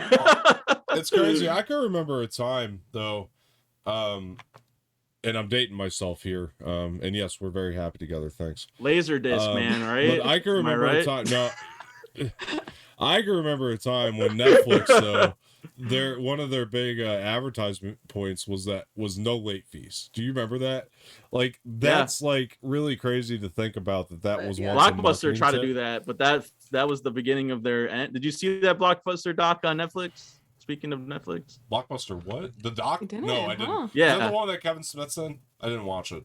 Yeah, that's the one. I didn't watch the last Blockbuster. Right? No, it's all right. But like, they talk about that. At the end, they're struggling to survive. Yeah. And then one of their genius business guys was like, no late fees, and that was like most of their capital at that point. Yeah. And it's just like they just like fucking failed at twice rapid rate, and it's like they had one guy on there like, why would you think that would save the business? Like, it's like, well, Netflix is doing it. Yeah. Well, Netflix doesn't have every fucking movie that's in the probably world. why. That's probably why. Yeah, they probably were trying to compete with Netflix at that point. Netflix doesn't have the hot new releases. They can afford to do that, dumbass. You know, it's like that's one of the all-time L's of all time is Blockbuster almost having the chance to buy Netflix and then turning them down. Oh yeah. Oh man. Yeah. All time, sure. Or it's like that one guy that sold his Apple stock like at the beginning, and like, oh man, you just feel for those guys. Like, fuck. I think the last Blockbuster was in Indiana, if I'm not mistaken. No, it's in Oregon, I think. Oh, was it? Okay, I thought it was. It's still up. They talk about it in the doc. Okay. It's still the last one. We definitely had one of the last Blockbusters though. for sure. The one that's not too far from me, the one I grew up going to. We definitely had one of the last ones. The one that I grew up going to was Chris Stuckman even made a video about it because he was like, "This is one of the last." Oh, isn't he in Indiana too? Isn't he located in Ohio over there? He's Ohio. He's next door a ways. I knew it was some Midwest. Yeah. But Yeah. I think the Blockbuster, the last one, they talked about it, but they basically turned it to like a tourist attraction now. That's why they changed their business model where people fly from other countries and states to come to see that. So I think that's how they're still in business because even in the documentary, they're like the manager. She's been the manager for like 20 years, and she's like, "I'm not sure if they're gonna renew the lease or not. We'll see." Yeah. Wow. So it's not a sure thing that they're gonna still be around forever. You know, it's none of this stuff is a sure thing anymore. It's a whole new business, dude. You can't. Isn't that insane though? That like. I just think about like when you were a kid just walking around a Blockbuster, like, yes, it was cool, but you didn't necessarily think like this is a historical moment or this is going to be history one day. One day people are going to fly from all over the world to visit the last one of these that I'm just in right now. Kids are going to look at VHS tapes like they're fossils. Yeah. The TikTok generation, man. You use this as a movie? What's this, a movie? How does it work? I was like, get this shit. We had to rewind it. You had to rewind that shit. Yeah. The worst was when you got it from Blockbuster and you put it in and it wasn't rewound and you like spoil the middle of the movie. You had to rewind it and look away and like, just be like, nope, not watching it. You had to look away. Oh my God. Kids will never know. Be kind, rewind. That was why. Kind, rewind. Great movie. Yes. Jack Black, most def. Yeah. Speaking of blockbusters, and this cracked me up. So we haven't clearly seen Avatar 2. Or Avatar 3. Or Avatar 3. Or 4. Or Avatar 4. Or Avatar 4. Yeah, you got it. Or 5 for that matter. But here we are. We got an actor trying to promote Avatar 5. He's read the script, folks, and it made him weep. Stephen Lang. They left the part out of the story where he was weeping because he was on contract to be in all of them, and he's not going to be alive when 5 comes out. God damn it, James! Can I do other movies? I don't want this to be my last legacy. That's gonna be his last movie, man. Avatar 5 is gonna be his last movie ever. Fuck, man. Listen, if he makes it, excited. He's old, man. Stephen Lang's getting up there. I'm excited for Avatar 2, but Lord knows how it's gonna be. You know, I mean, I mean seriously, like the hubris. I think you're gonna get to real. 5. Yeah, so it's a Greek tragedy, honestly. Yeah. What do you guys think? I think around 3. Here's my prediction. I think if 2 is not that good, then like it's going to be about the box office numbers. It's going to be sick. It doesn't matter if it's good or not. I think they might give it to 3, but I think that like the box office numbers might be good, but then I think by 3, like a lot of people will be like, well, the second one wasn't good. I don't know if I want to see it. I've seen the spectacle. I don't know if they'll get to 3. Unless they change something insane. I think they'll get to 3. You know how expensive those movies are to make? That's why I think they do 3. I think they do 2 sequels because then by 3, I think that's when Steam will drop off. I think that's when a lot of casual people will lose interest, and that's when the money will stop flowing in. Avatar and Stephen Lang will die probably before and that. Stephen Lang will die, and the shtick will be old by that point. I think maybe James Cameron like, what else do you got? It'll be like 2035, and we'll be talking about Avatar 3. Sammy, Sammy, my genuine prediction, is I actually do think they are going to make all 5 of these. I really do. Damn. I genuinely think it is going to happen. Oh, maybe not in for our lifetime. Oh yeah, I think it's going to happen. I don't know. Maybe for our James kids. Cameron outlives us. Our grandkids. James Cameron's going to live forever. James Cameron. All these are going to make money as long as James Cameron Skynet? Is Avatar Skynet? As long as he's directing all of them, cracked it. As long as he directs all of them, we'll get 5 movies that are probably tremendously successful.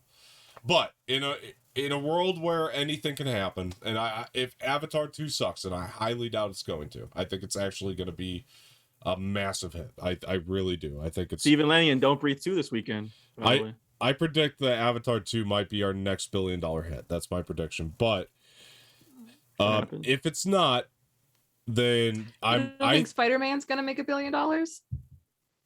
I don't think so. Or Multiverse of Madness. Unfortunately, I'm kind of losing. It has to be like another. Not even Avengers Multiverse level. of Madness. You don't think it's gonna make $1 billion? It's got to be an Avengers level event. I think those two could be $1 billion. It depends on what. Honestly, Sammy, it depends on what. It depends on what No Way Home sets up. If No Way Home sets up something that's like spectacular, I'll come back to you then and we could rediscuss this. But for right now, it also depends on where if Tom Holland vaccine rates spoils are the movie in the beforehand. Yeah. For right We'll now, see. I don't think No Way Home makes $1 billion. I could be 100% wrong. Could be the next smash hit, but I just don't think it does. I think it does well. I think it does better than a lot of the movies right now, but with the way we're going, I don't see it making $1 billion. But I think Multiverse of Madness really could. I think I would put that one over Spider-Man if we're betting. Yeah, I think Multiverse of Madness is probably. We need to wait to see what it's going to be before we have that discussion, though, because before we know what the plot's going to be and what Spider-Man 3 sets up. Oh, for sure. We need to wait for that. And like once we know, if it's like something that like if it's like a cliffhanger, kind of like Infinity War did, then we're going to be like, yeah, that thing's going to be a hit. But we'll see.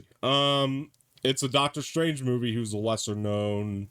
If it doesn't make $1 billion, will it be a multiverse of sadness? Yes.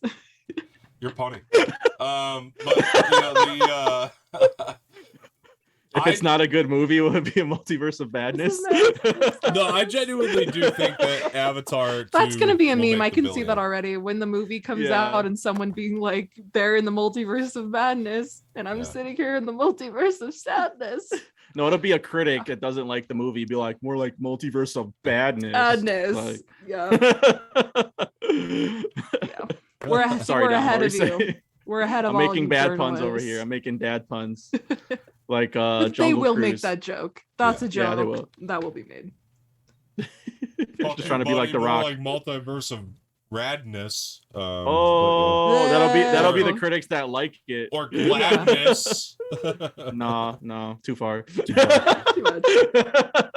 There's no way going home from that. Good. No way home from that. Sorry, I didn't think there was a line after you said multiverse of sadness, but I guess we crossed it.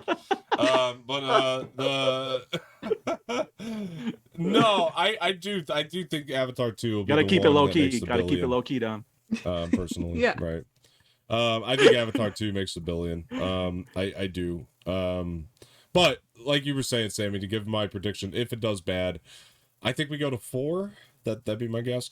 For contractual reasons, even if it's bad, if it's a flop, I think we go to if it's like a massive tank, like 26 million, like Suicide Squad was, then we probably only go to 3. But if we're kind of in the 50 to 60 million dollar range, we might see 4 of them. You know, I don't think we do 4 though, because I think if we do 4, what's stopping us from doing 5 at that point? I think even if it doesn't make that much money, I think even if it doesn't make that much money, I think they would still probably do 5. If there's a 4, I feel like there will be a 5. Hey, you can probably catch them all in Premiere Access, I would imagine. Yeah. Oh my God. It'll be $50 at that point. $50 for Avatar 5. For 5. Don't forget, it made Stephen Lang weep. But yeah. In 2020, what? Like 8? He called his agent, like, can you get me out of this? Is there any saving me? It was really bad. I'm scared. Please. No, seriously, this is ridiculous. This story. I mean, sorry, Steven, you signed up for a 10-picture deal. You took the money and the cash cleared. What you gonna do about it now?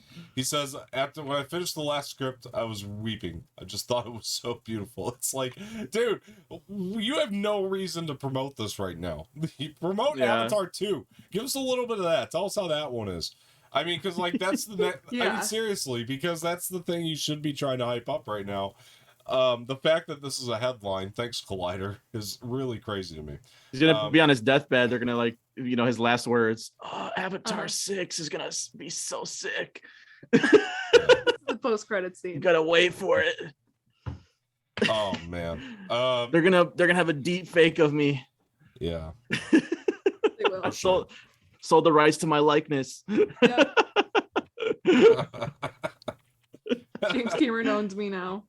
Avatar Stephen 5 Lang, stars Don't Breathe 2. Stephen Lang and James Dean. I'll be Avatar. I wonder what he thought of the script for Don't Breathe 5. What did Stephen Lang think of that script? Oh man. The real questions. In this one he can see. That's the tagline. Oh man. What do we got? We got Idris Elba gonna play Knuckles. That's right. In Sonic the Hedgehog 2. Well, this was wild and out of nowhere, this story, I'll tell you. Yeah. So we can get him in this, but not James Bond. Fucking Hollywood. I didn't watch the Fucking first no, it's gonna be Henry Golding, I'm telling you. But I didn't watch the first What about Henry Cavill? Nah. Your boy. I love him, but Whoa. Not surprised. He wouldn't be a bad Bond, but he wouldn't be much different than anything we've seen before. I don't think. I feel like that's what people like, though. That's why people were mad at the Elba casting. Well, they can fuck off. I'd rather have Idris Elba than Henry Cavill, honestly, because that would be radically different. Yeah. He's just too old now. It fucking sucks. Yeah. No, I don't know. We'll see. But yeah, I mean, it's I think that I didn't see the first Sonic. I don't know if you guys did.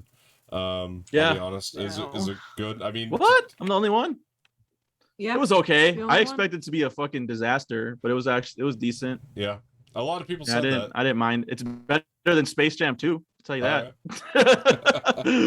I saw it in the theater too, and I was like, yeah. I was like, okay. I think that was one of the first movies I might have seen. When did that come out? Did that come out 2020? 2020. That was before pandemic. Yeah. That was before. That was one of the last movies I had seen before. So that was crazy. And there's some good.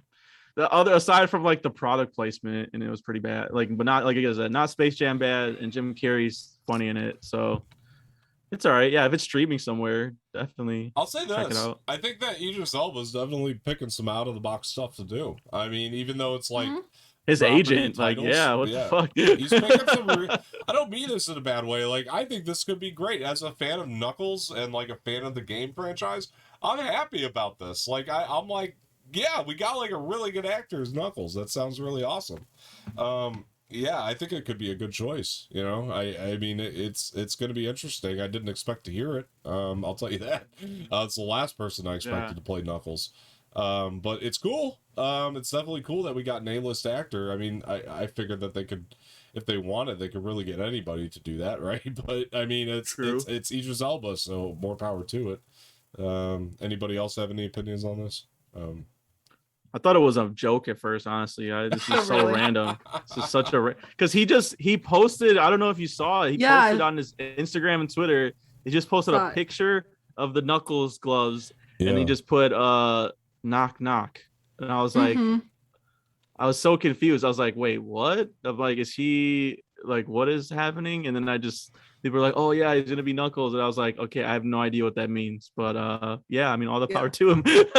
I don't know who about that character. I don't know, like, yeah, if he wants to do this or what, but I assume he does. So I mean, but yeah, he does taking some weird choices. I mean, I thought Suicide Squad though was like an upswing because he was in some like Dark Tower. I don't even talk about like some. I felt bad because he's a really good actor, and I just felt like the quality of the movies were just not there. So that's all I care about. Man. Oh God, I completely blanked that from my mind, and until you just reminded me. So, oh my goodness. I try to, but it's a core memory. I would like to forget about it, but my brain won't let me. Those Jellicle cats, those Jellicle cats, whatever that means. That was a lot for me. That was a time. Naked Idris Elba. It was like I wanted to walk out, but I couldn't bring myself to. It was like it was watching a train wreck. I couldn't bring myself to look away, but I was at home, so I was just on my phone for most of it, honestly, because I can't. It was so ugly looking. I can't physically look. It was making me sick. It was making me nauseous. So I just so that's a good point. Compared to that, the Suicide Squad is like a career comeback, honestly. Yeah. So more if he read the script and it's like more on that line, then like cool. But yeah, it's Sonic wasn't. I mean, I thought Sonic was gonna suck ass. Like when I saw the first trailer and it looked terrible, and like the design of Sonic was like weird as hell, and like people were like, "Oh shit, this is gonna be another terrible video." I mean, it's better than I even like it better than Mortal Kombat too. Like, of course. If we're talking like recent video game adaptations, like it's one of the better ones. Yeah. Did you? I mean, if you ask me, this is a less crazy story than Rock'em Sock'em Robots starring Vin Diesel. So, I mean, yeah. I'm doing good with this. I don't know why do we take video game like, okay, video game adaptation doesn't mean you have to do it live action, right? Like, am I crazy? Why does Hollywood think that every video game adaptation has to be live action, especially like Sonic? Like Sonic's a cartoon character. I think part of it though too, Cisco, is I understand Tomb Raider. Tomb Raider is a human. Like, Sonic's not human, and he's not on Earth. No. But they always have to bring these weird ass characters and bring it to Earth. Even Detective Pikachu. I'm like, that could have been a fucking animated movie, and like, it's just so weird. I like Detective Pikachu, but I think it's all right. The idea behind it is somebody is trying to make the first live action one that is just phenomenal, and like they just can't strike it yet. I don't know why that is, because it should be doable at this point. We have enough talent in the industry that they should be able to make the first one that's absolutely phenomenal, and they for some reason just can't do it. I don't know why. It's so strange to me. What's your random question? What's your favorite video game movie, if you had to pick one? It's probably Detective Pikachu. No, it's not. I know it's like a Sophie's choice. Yeah, it's probably Detective Pikachu. I mean, it's the best one I've seen I can think of off the top of my head. I like Doom for the wrong reasons, but other than that, it's a horrible movie, but it's watchable because it's funnier than hell. But I mean, I would have to go Detective Pikachu. I don't think anybody's done it better as far as, I mean, if we count it, I mean, there were books too, but I mean, The Witcher as a show, I would say, is the first like phenomenal thing that I've seen that was adapted from something that was mostly popular as a video game, at least. I mean, it's phenomenal. It's the first time that I've seen it done phenomenally, and I hope that we can translate that into movies one day. Samee, do you got one? I gotta do OG Mortal Kombat. It's my pick. Oh, which one? That's gonna be my Mortal Kombat, the 95. The 95 one. Yeah. Yeah. That's fair. I mean, that could be for the wrong reasons too, but I mean, that movie's just so goddamn fun. I can't help it. It's so fun. I'm looking at a list of video game movies right now, and the only one. Hold on, sorry. Super Mario Brothers, another fun one that's horrible. It's fun. Anyway, go ahead. But I've only seen two, and they are Prince of Persia and Detective Pikachu, and Detective Pikachu was probably the better of the two. So I mean, that's up there. It's definitely up there still, even though it's like I had that issue with it. It's like, whatever. It's the most well made, I think, so far. Like I as far as like being well made, and I just feel like that was when Ryan Reynolds was becoming like almost too much at that point. I was like, he needs to be Deadpool and Pikachu? Can we give someone else a chance to be? You know what I mean? It was just weird. We got this Deadpool Pikachu, and I was like, it was weird. There was some funny parts in it, but I thought that was kind of a missed opportunity for another actor to kill that. I agreed when I saw the trailer, but once I saw the movie, I was like, oh, it actually wasn't too bad. That was kind of my take on it. Like, I definitely agreed with your point when I saw the trailer. I was like, more Ryan Reynolds? Do we need more Ryan Reynolds? I kind of feel that way about Free Guy, to be honest, even though it's getting phenomenal reviews and I'm checking it out. So I think the 3-year pushback, though, that's why it helped it. Because, like, at this point, he hasn't, I mean, Hitman's wife's bodyguard, I guess, but he really has been kind of like mainstream movies, like not like it was like he was in everything. I was like, it was like Jennifer Lawrence at a certain point. I'm like, oh my God, I have to see another movie with Jennifer Lawrence in it. Like, and then she kind of settled down too. And like, now she's trying to make a comeback. I just think like agents or whatever actors kind of need to think about stuff like that, where it's like, do I need to bring in every single blockbuster during the year? Like maybe I can do an Oscar-y movie now, or like maybe I can, maybe take a TV part. Like I feel like that's more nowadays, more actors are kind of thinking along that line, because like, there was definitely, I was just sick of Ryan Reynolds. I mean, as much as I love Deadpool, I mean, granted, I love the Deadpool movies. I'm just like, but he's Deadpool and everything. Too much. That's what I'm saying. That's what I'm saying. He's Deadpool and everything. He can only, that works. He has one note. He has one note. Yeah. Yeah, he's very one note. I mean, I'm looking at a list too. I like him. I would say like the voices is probably the one that he really broke away. That and Smoking Aces, like he definitely broke away from that one note tone. I'll let you guys know. Does. Yeah.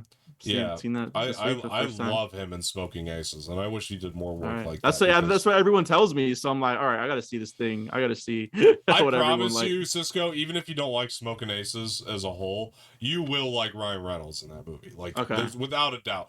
Like, because there are things about Smoking Aces I'd be like, yeah, I could see why this isn't for everybody. But there's no way you can watch that and say Ryan Reynolds did a bad job. He is phenomenal in that movie. He's so good.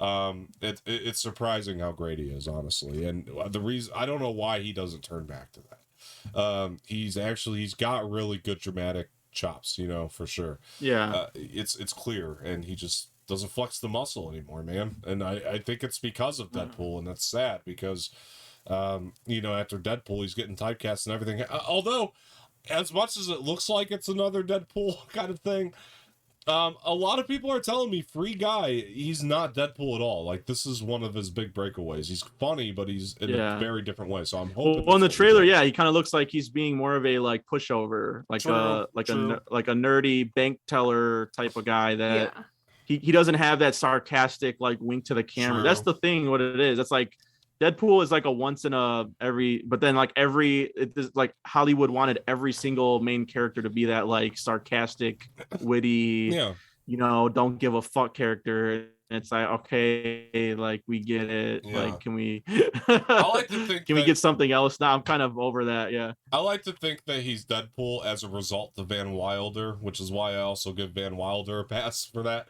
I like Van Wilder. I like Van Wilder too, and that was like his first breakout thing, So, and it makes sense. That and like Waiting could definitely relate. He's great in both Waiting and Van Wilder. Waiting too. Waiting was Waiting. Awesome. Yeah. Yeah, he had some good early stuff too.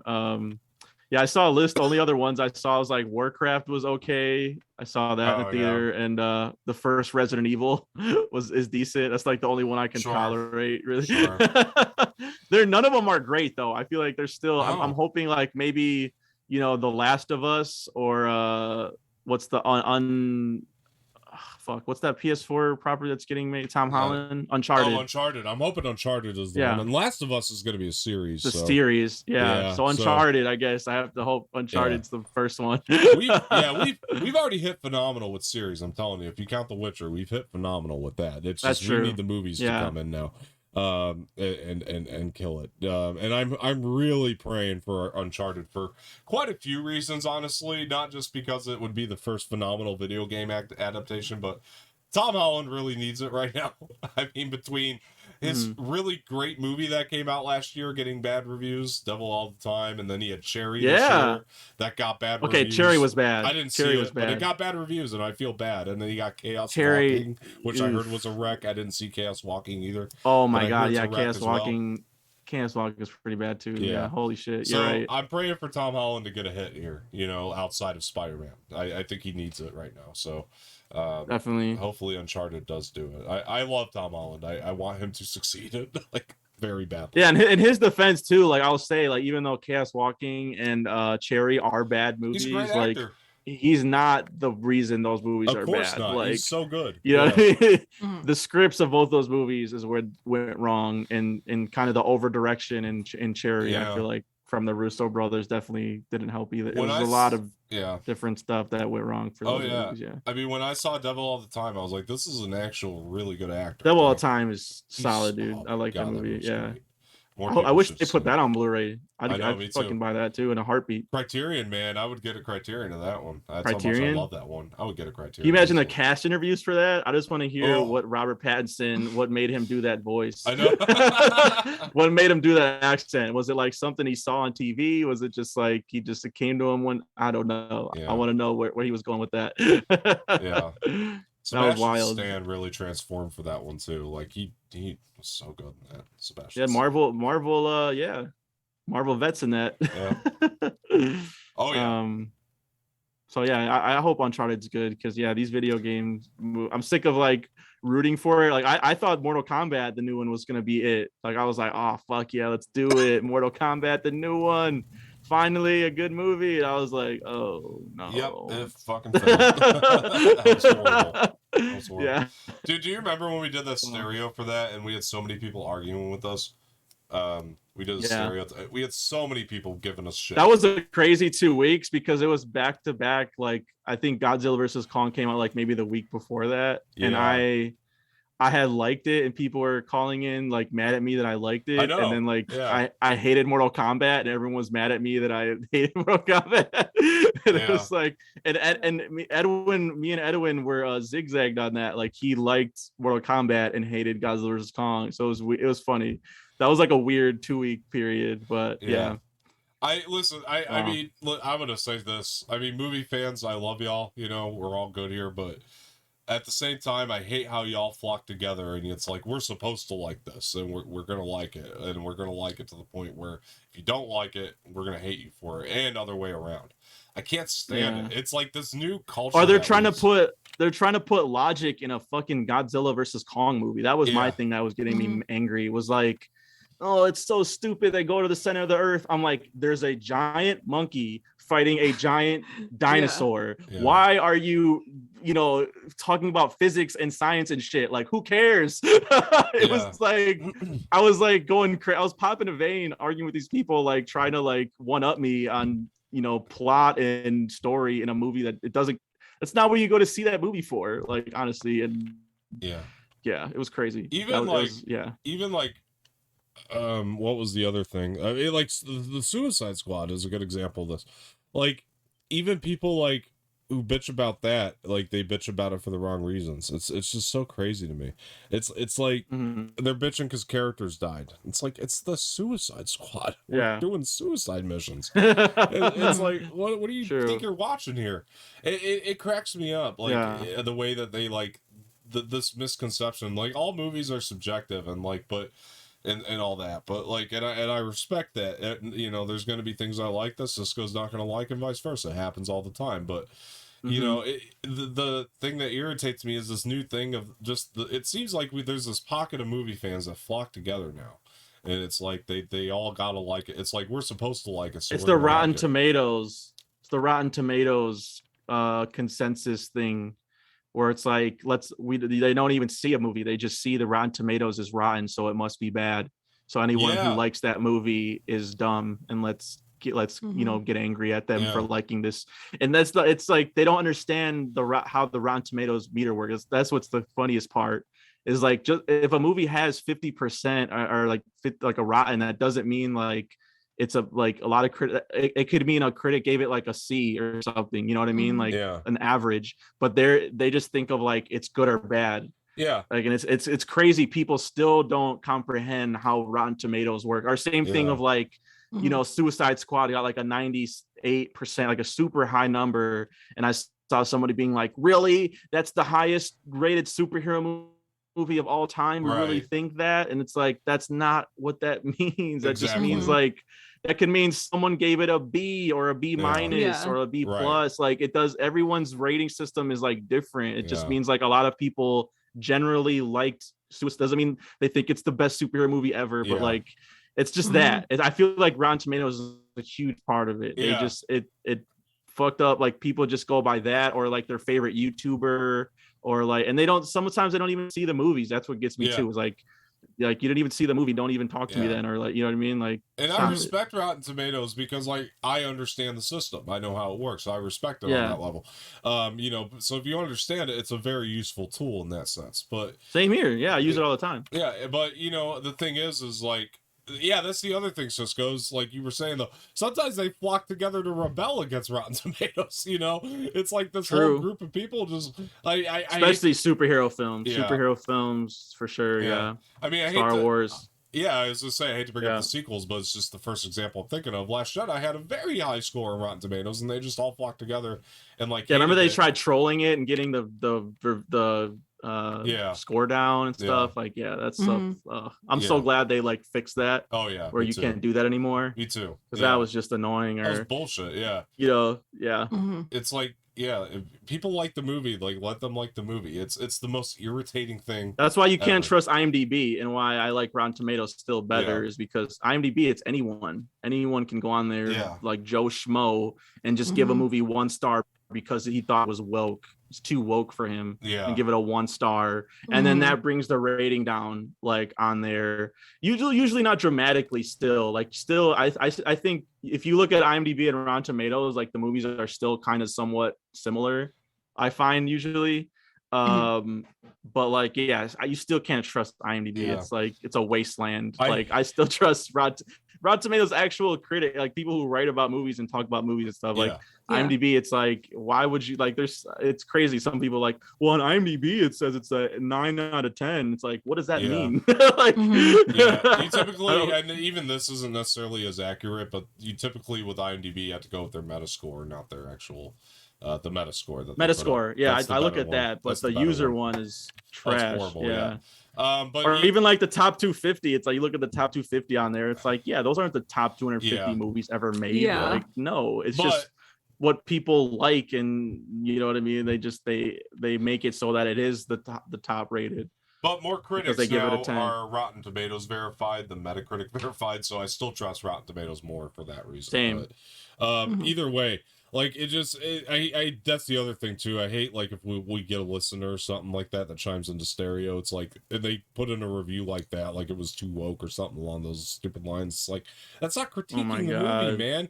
It's like, you had this, like, really crazy perception. I saw a really bad one. And you're taking it out on the movie. What was your bad one? I don't even want to, like, I don't know the name of it, so I guess I'm not really giving it credit. But there was something on Twitter. But it was like, some YouTuber was like, he put out a video. I just saw the thumbnail. It was like, new Chucky series getting woke, and it was like, it was so cringe. The thumbnail, it was like Chucky with rainbow hair and like a mustache, and like it was like, oh my god. And then, because I guess in the sci-fi thing, it's the kid might might be gay or something. I don't know, something in the script, like the script, like I don't even know if that's verified or not, but this guy he thinks it's true. He thinks it's too woke, and it's hilarious because everyone's just like owning him on Twitter, because it's like, did you see Bride of Chucky? Did you see Seed of Chucky, where there's a whole trans character in that? Like, like if you obviously don't know what you're talking about, that series been gay as hell. Like, John Waters is in it. Is in Seed of Chucky. Don Mancini, who's like made it, is gay. Like, it's just funny. It's just like, nowadays it's the bar for being woke is crazy now. It's like there's a gay character in it. Oh my god, this movie's so woke. I hate that. What? They talk about like the president, or they make like a joke or something, like, oh my god, this is so political. It's like, what the, it's like, no, it's not. They're talking about political agendas on us, man. Their agendas. It's like, there's no fucking agenda. It's like, they're just trying they're gonna brainwash the kids. It's gonna affect the kids to be gay. Being like, more inclusive is not having an agenda. That's like, and if it is an agenda, it's a good agenda and a half. You know, like, it's not like exactly. It you know what I mean? It's like, if you want to call it that, an agenda, it's a good agenda. Oh my god, did you see the stories? Speaking of dumb stories, there was a thing where people were scared of getting vaccinated because they watched the movie I Am Legend with Will Smith, and they thought the virus in that had something to do with COVID. Oh my god! They thought the virus was created by a vaccine in the movie, so they're like, we're not taking the vaccine because I Am Legend. I mean, come on. I'm so tired of the flat earthers and science deniers, man. I'm ready to break shit. Like, the fictional zombie movie with Will Smith, I Am Legend, that movie. That's why you're not getting the fictional movie. That one. God. Yeah. Oh my god. It was a really good week for like hilarious headlines, I gotta say. And the vaccine really bad thing headlines. is getting out of hand, though. That's the thing. Like, I don't want to get political, and it's not a political thing when look at we're getting woke. Anorak's getting woke. Yeah. Political agenda. Yeah, it's not. I know people just get vaccinated. All Anorak support everyone else getting vaccinated. Get vaccinated. Why aren't you vaccinated? Yeah, exactly. No, that's not a good reason. Get vaccinated. Listen, I know people on the left hand that aren't vaccinated. It's not a political thing. It's like just get fucking vaccinated. You know, It's like a dumbass thing and a responsible thing. That's it. Yeah. That's the two sides. It's a laziness thing too. I think that's another problem that we have right now is people are just too lazy to get up and free. get out there and do it. Yeah, It's fucking free. It's free. Walk to your local fucking Walgreens or whatever, Meyer, CVS, anything. I'm sure Walmart, maybe. Like, dude. Oh my god. Yeah. There's no excuse. There's literally no excuse. Yeah. There's no excuse. yeah. I can't. Yeah. But yeah, no, I mean, like, There's so many vaccination sites. You can probably do a drive-through situation. Like, oh, it's so easy. Yeah. It's getting out of hand. It's stupid. It's just like, come on, Just guys. put it in their fucking Big Macs and shit. Then they won't care. Yeah.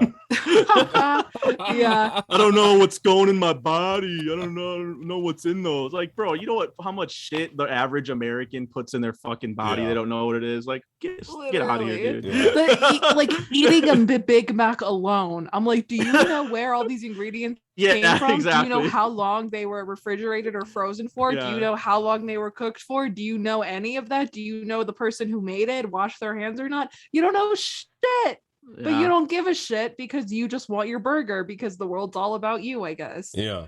That's what these people are. They just, they're It's people the flat earthers of vaccines for sure. What Dom said, they're the flat earthers. Where it's nothing crazy. Is real, nothing matters, nothing's important unless it's specifically happening to them. If they can't see it, if it's not right in front of their face, and there's still some people it doesn't that matter. What do you mean, COVID? There's still some people that will get it, and they still won't get the vaccine. They'll get COVID, still won't get the vaccine. That's just crazy too to me. Like, wow.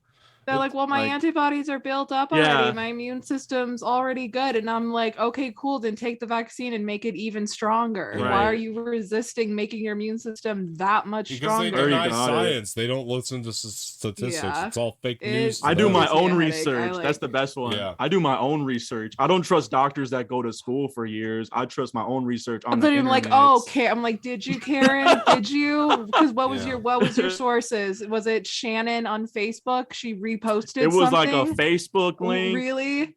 Yup. Yeah, it always is. It's always a Fox News or something like that Facebook link. Yeah, just something. Always, because you ask like, well, what's your sources, and they're like, well, Tucker Carlson said this last night on Fox News, so it's true. Like, yeah, exactly. They have no sources. It's just their bullshit. They're just trying to validate their bullshit. That's just what these people do. I'm like so over get people it. Angry. Yeah, I'm so fucking over people just being resistant to the and they get mad at the government like it's their fault that they're not getting vaccinated. Like, I just want to get back to normal. Like, okay, then fucking get vaccinated. Get the fucking it's right vaccine, there. dipshit. Yeah, it's right there. It's free. My faith in humanity is like pretty much zero at this point. Honestly. I know. I agree. It's horrible, man. It's like I'm fucking over. Because this is preventable. It's not like a flesh-eating virus or something. Like it's a preventable thing, and we can't even beat that. We're getting owned by a preventable fucking virus. Like that's I know. Think about that. Yeah, they would have to take something like Resident Evil level, and even then, people would be like, "Well, I didn't get turned into a zombie, so I'm cool." Like literally, it's just that's what would happen. That's like it's funny. It's funny because in what is that, Contagion, the Soderbergh movie that he made, that's the one thing that he got wrong. That movie is like dead accurate about everything else. It's like a documentary if you watch it. The one thing he got wrong was how quickly the vaccine got out to people and how many Americans and stuff took it and got everything back to normal. That was the one thing he didn't see coming. Was like people being like, I'm not putting that in my body. I'm not wearing a mask. That takes away my freedom. I'm free in this country. You can't make me wear a mask, get a vaccine. Take away my rights. Yeah. Who could have seen that coming? Genuinely. I will never forget the first time I saw it was on Facebook. I saw like a thing of an anti-mask protest like in March of 2020, and I thought it was a joke. I thought it was like an Onion article or something. And then I was like, It's not. I was like, are you fucking kidding me? Humanity's that stupid. I hate to break it to you. There are human beings that are. There's that many human beings that was maybe the moment I broke. I broke a little. It's George bit Carlin. In that moment. I was like, people are that stupid. Holy shit. George Carlin had a great he's my favorite comedian. He'd be having a field day right now, by the way. George Carlin, just throwing that out. He'd be having a field day. But the line, I think he summed it up so perfectly to this day. He was like, think of the average person like, and how dumb they are, and just know that most people are even dumber than that. Yeah. Right. Like the average American is even dumber than that. It's like think truth, about, man. and that's like half of America. Like that's like I reposted it. Someone was like, man, Thanos was right. Half of us need to go. And I was like, you know what? He was right. Thanos is the protagonist of Avengers. I don't give a fuck. He was. He had a point. Homeboy had a point. Yeah. He's right. And that's what's going to happen eventually. The virus is just going to keep mutating, and half of y'all are just going to go. I hate to break it to you. That's what's just going to happen eventually. You're not going to. They're okay with that, though. I don't know if you heard them. They're like, it's just part of life now. And I'm like, it doesn't have to be. It doesn't have to be part of life. That's what I'm saying. That like, it's something like 99% of people who currently have COVID are unvaccinated. So I'm kind of like, fine, let them kill themselves off. Yeah, they're making a personal choice. Have the option to kill themselves off. Yep, we have the option Fine, now. let them do it. I agree. I think I hate to be so blunt and dry, or cut and dry, but like we have the option now, and I think that those who choose not to get the vaccine should not affect those of us who did the smart thing here. And it's just, it's irritating, but it's the truth. It's like, we need to be able to have our rights back, our freedom back, because we complied, and if you don't comply, you're not going to have your rights or freedom back, sorry to tell you, but we're trying to fight something here that is controllable. But I'm white. What do you mean? I'm a white person in America. You can't tell me no. I know, right? Exactly. You can't tell me no. I'm a white person in America. Get away from me. That's we were talking about off air. Summerfest, the world's largest music festival that takes place in Milwaukee, my home city, is requiring you either have to be vaccinated or you have to bring in a test within 72 hours that you're negative for COVID. Yep. And I can already see it just came out today, so I haven't read any of the comments. I'm like, I don't want to, but I imagine there's people on there like, oh my God, taking away my rights. Or I saw some people like Summerfest sucks anyway, I'm just gonna stay home. And I'm like, yes, please, you stay home. The people that refuse to get vaccinated, all you guys stay home and you do your little protest at home, because I hate going to Summerfest anyway most of the time, because those dumb motherfuckers ruin the experience anyway. They get drunk at 2 p.m. and they don't know how to handle themselves. So I'm like, yes, the less of you guys, I'm down for that. You stay home and you do your protest at home. I'm seriously. The thing is too when these people are always like, this company can't tell me what to do with my body or whatever. It's not federally mandated. And I'm like, this is what happens, motherfuckers, when you spend your whole life dying for capitalism. Just ride or die in capitalism. I was like, it's a free market. But like, we don't have to serve gay people in here. They want. We don't have to serve gay people because we're a privately owned company. It's like, oh, really? Well, this privately owned company doesn't want you in their store either. So it's mass mandate in here. Yeah.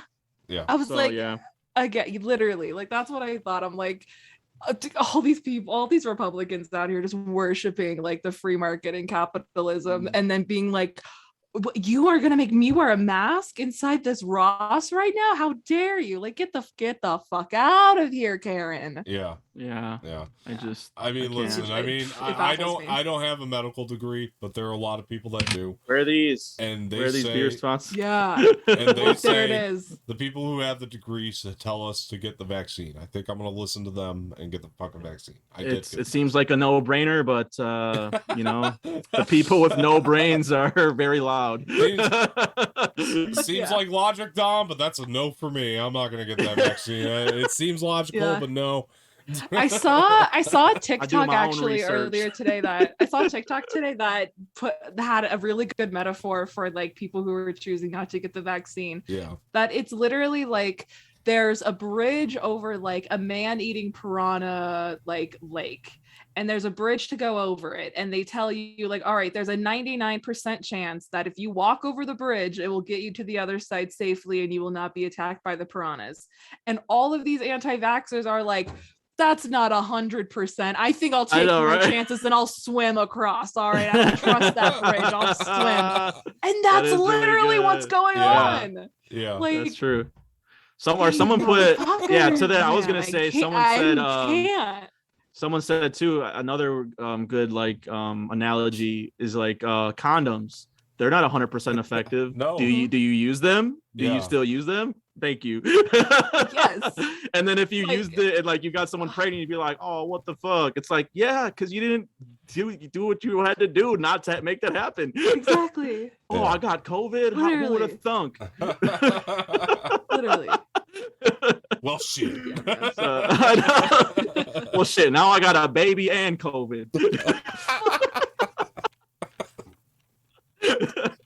I didn't sign up for this. Actually, you did, sir. You did sign up for it. That's the thing. It's like when they get COVID, it's like you can't say they asked for it. You know, it's like I'm not saying that. You know, like there are people who are vaccinated who are getting COVID. They're just not getting it as bad. Very small percentage. It's a very small percentage. Yeah. And they're not dying or being hospitalized as That's much. The key thing too. And they're not dying as much. Not less deaths. Like you would you would think that would hospitalizations. But they're like, but the 0.01% of people that are dying from the vaccine. Yeah. I mean, come on. It's like, oh my God. Like out of like the 140 like million or something Americans that are vaccinated, I think like maybe like 100,000 of them have had like a side effect. Like, do you realize how small? And most have health conditions. Out of like 140 million people. Most have pre-existing conditions already too. Yeah. So like that's another thing. You can't really. Yeah. It's crazy. I don't know.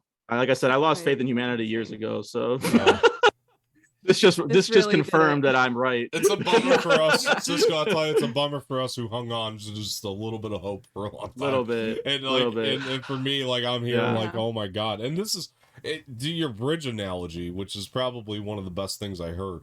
To compare this to. I don't remember who said it, but it was a TikTok. Either way, what makes it even more sad, it's 50% of our country. That's 50% that would are saying now that water. Yeah. It's Thanos was right. Thanos was right. Or condoms again, they're not 100% effective. They're the most effective thing we got against STDs and pregnancies. Like so, guess who's trusting in condoms? It's not that hard. Yeah, because look how easy it is to happen if you don't. You know what I mean? Birth control. Like if you don't wear a condom and you get pregnant, like no one's gonna be like, "You're really shocked." Really? You know what I mean? Really? Yeah. Damn, that's crazy. Like, no, it's literally not. Yeah, that's what they're happens. Gonna be like, you idiot, fucking idiot, didn't use a condom.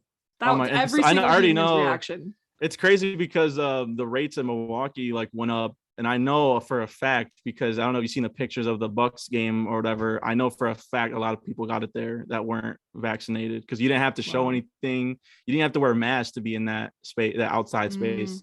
So I know people a lot that was partially to the rising stuff. So I feel like that's why Summerfest and stuff they're making changes to that now because because people didn't listen and they're now they're getting it and like shot. Oh my God, I went to an event with 60,000 people and I got COVID.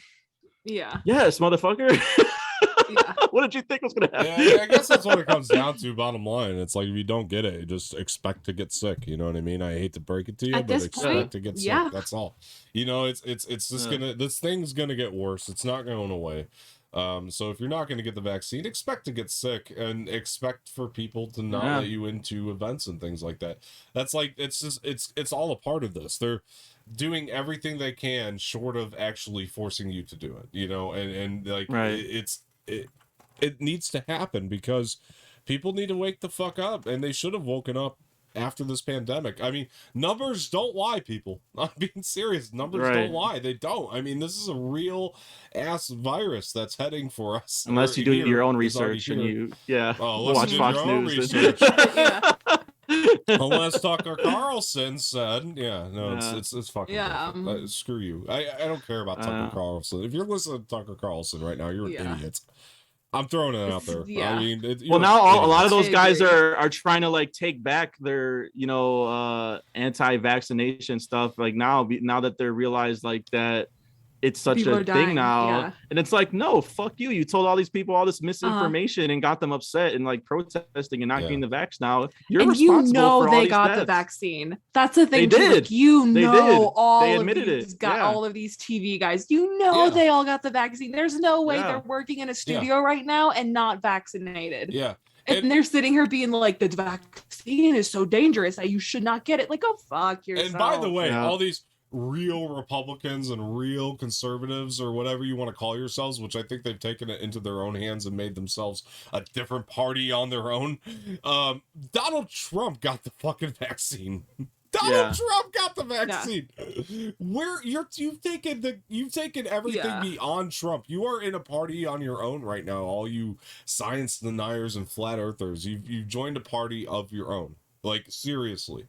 That's like, if Donald Trump himself was smart enough to get the fucking thing, you are in a party on your own there, but like you are no longer a Trumper or whatever you want to call yourself. You just and he could have spoken out and said to get the vaccine, and his followers would have blindly followed him. But you think he's gonna do that? No. I agree with you there. I agree with you there. Yeah. So 100%. It's like, again, I think he's partly responsible too. He could have gone on TV. It's safe. Look, it's very safe. I did it real quick. Like, and then they just would have been like, oh, if he did it, like Daddy Trump did it, let me sign up today. But they have to protect or if he would have just mandated masks, or if he would have just at the beginning of the pandemic just said everybody needs to wear a mask. It is your patriotic duty as an American to make sure that you have a mask on when you go outside. And if you're not wearing a mask, then you are being like just plain rude and unpatriotic, and it's the wrong thing for you to do as an American to not wear a mask. If he would have just said that like at the beginning of all of this, then there's blood on a lot of hands, masks, and it wouldn't have been a thing. And we could have stopped this probably last year. There's blood on a lot of hands, but sure. Oh yeah. I mean, no, listen, I mean, Trump is responsible for so much. I mean, he took some, honestly, like he made some probably pretty decent right wingers and just made them fucking nuts. Like, it's just a fact. Like, his words made people fucking nuts, and it's irritating as hell. Either that, or people were already.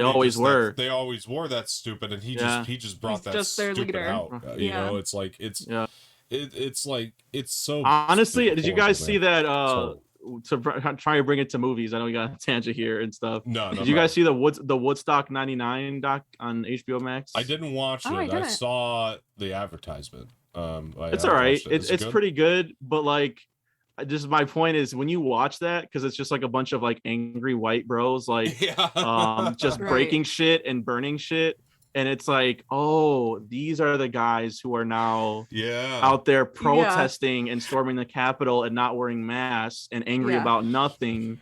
These are the guys that went to Woodstock 99 and were like the new hippies. Sexually assaulting women. And it wasn't peace and love. It was like, we need to be angry at something. Whoa. Like, it was just, it's pretty, it's like it's fucking there's some horrifying shit in there. I am obsessed with you watch Woodstock, though, so like I really want to watch. Like I'm fascinated, so I need to watch. I think that's the last Woodstock we're gonna get for a long time, honestly. Maybe the 100-year anniversary. Maybe 100. They'll try again.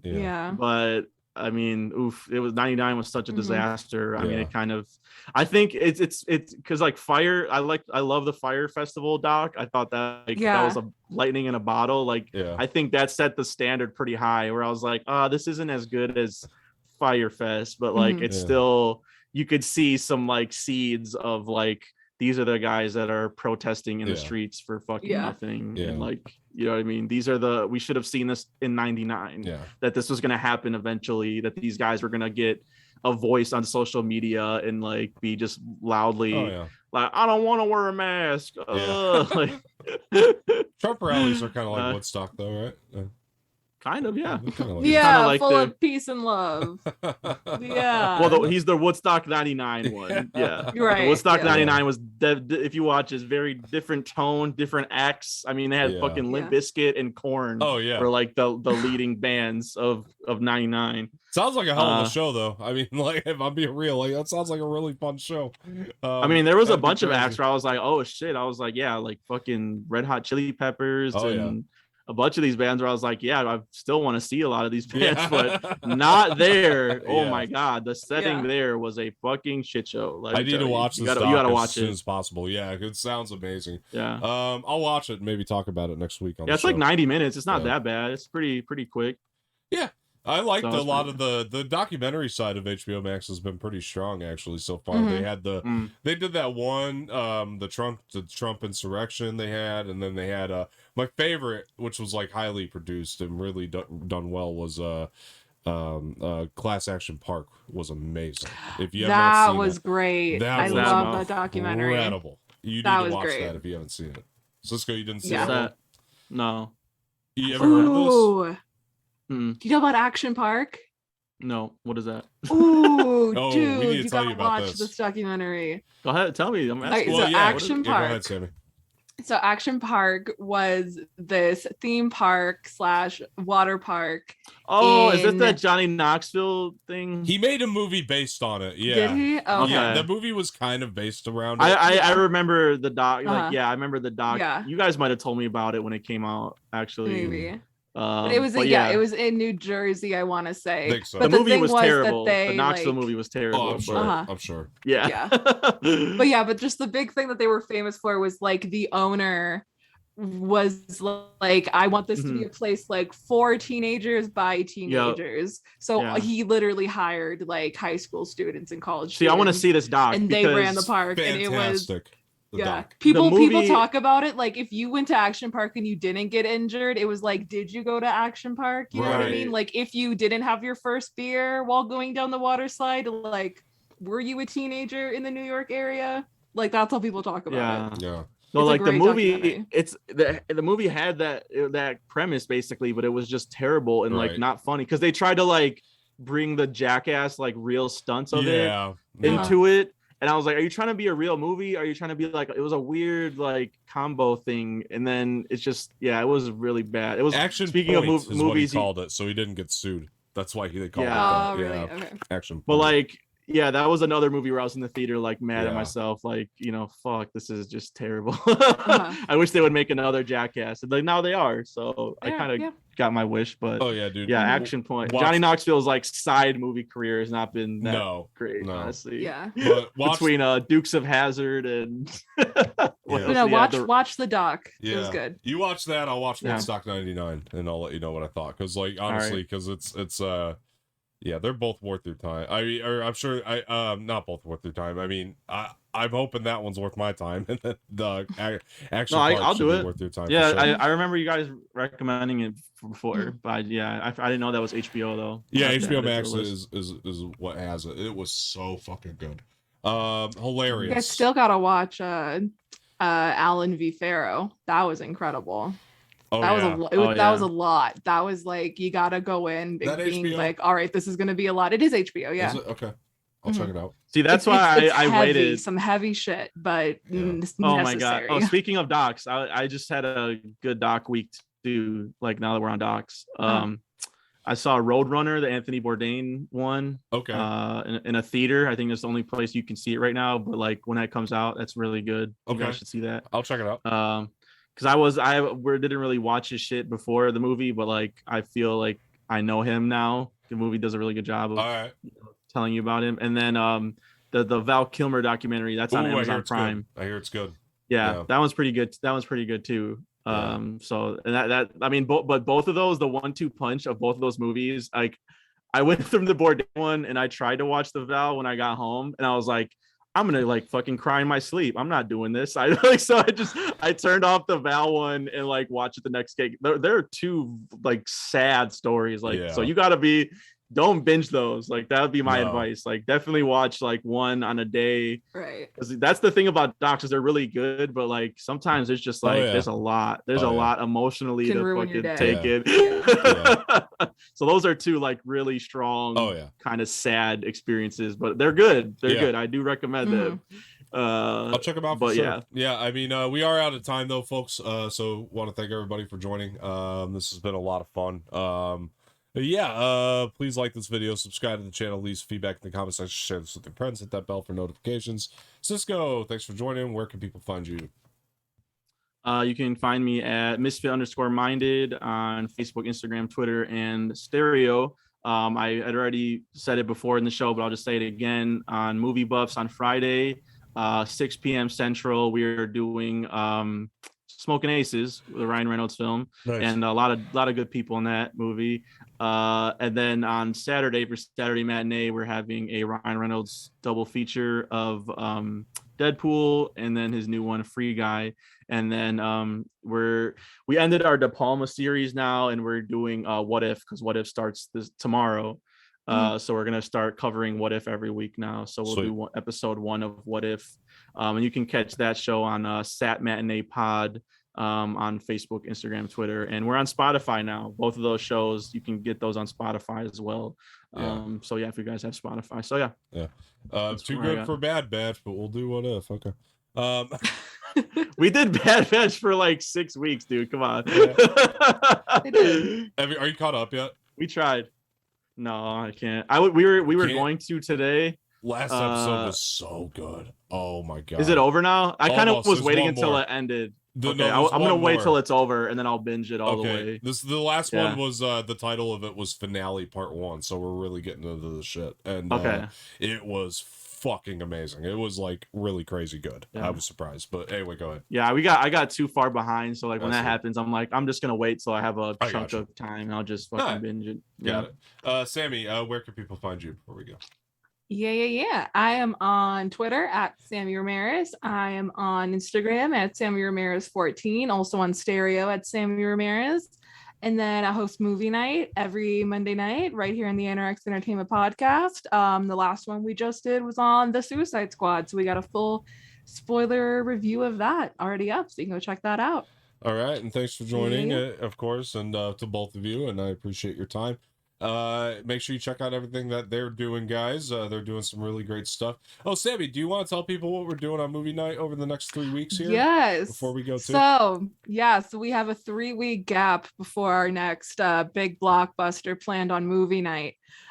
So we're doing so we decided to do a trilogy. One of my favorite trilogies. I gotta say, I'm really excited about it. We are going to be doing the Narnia films. All 3. We're going to do 3 weeks.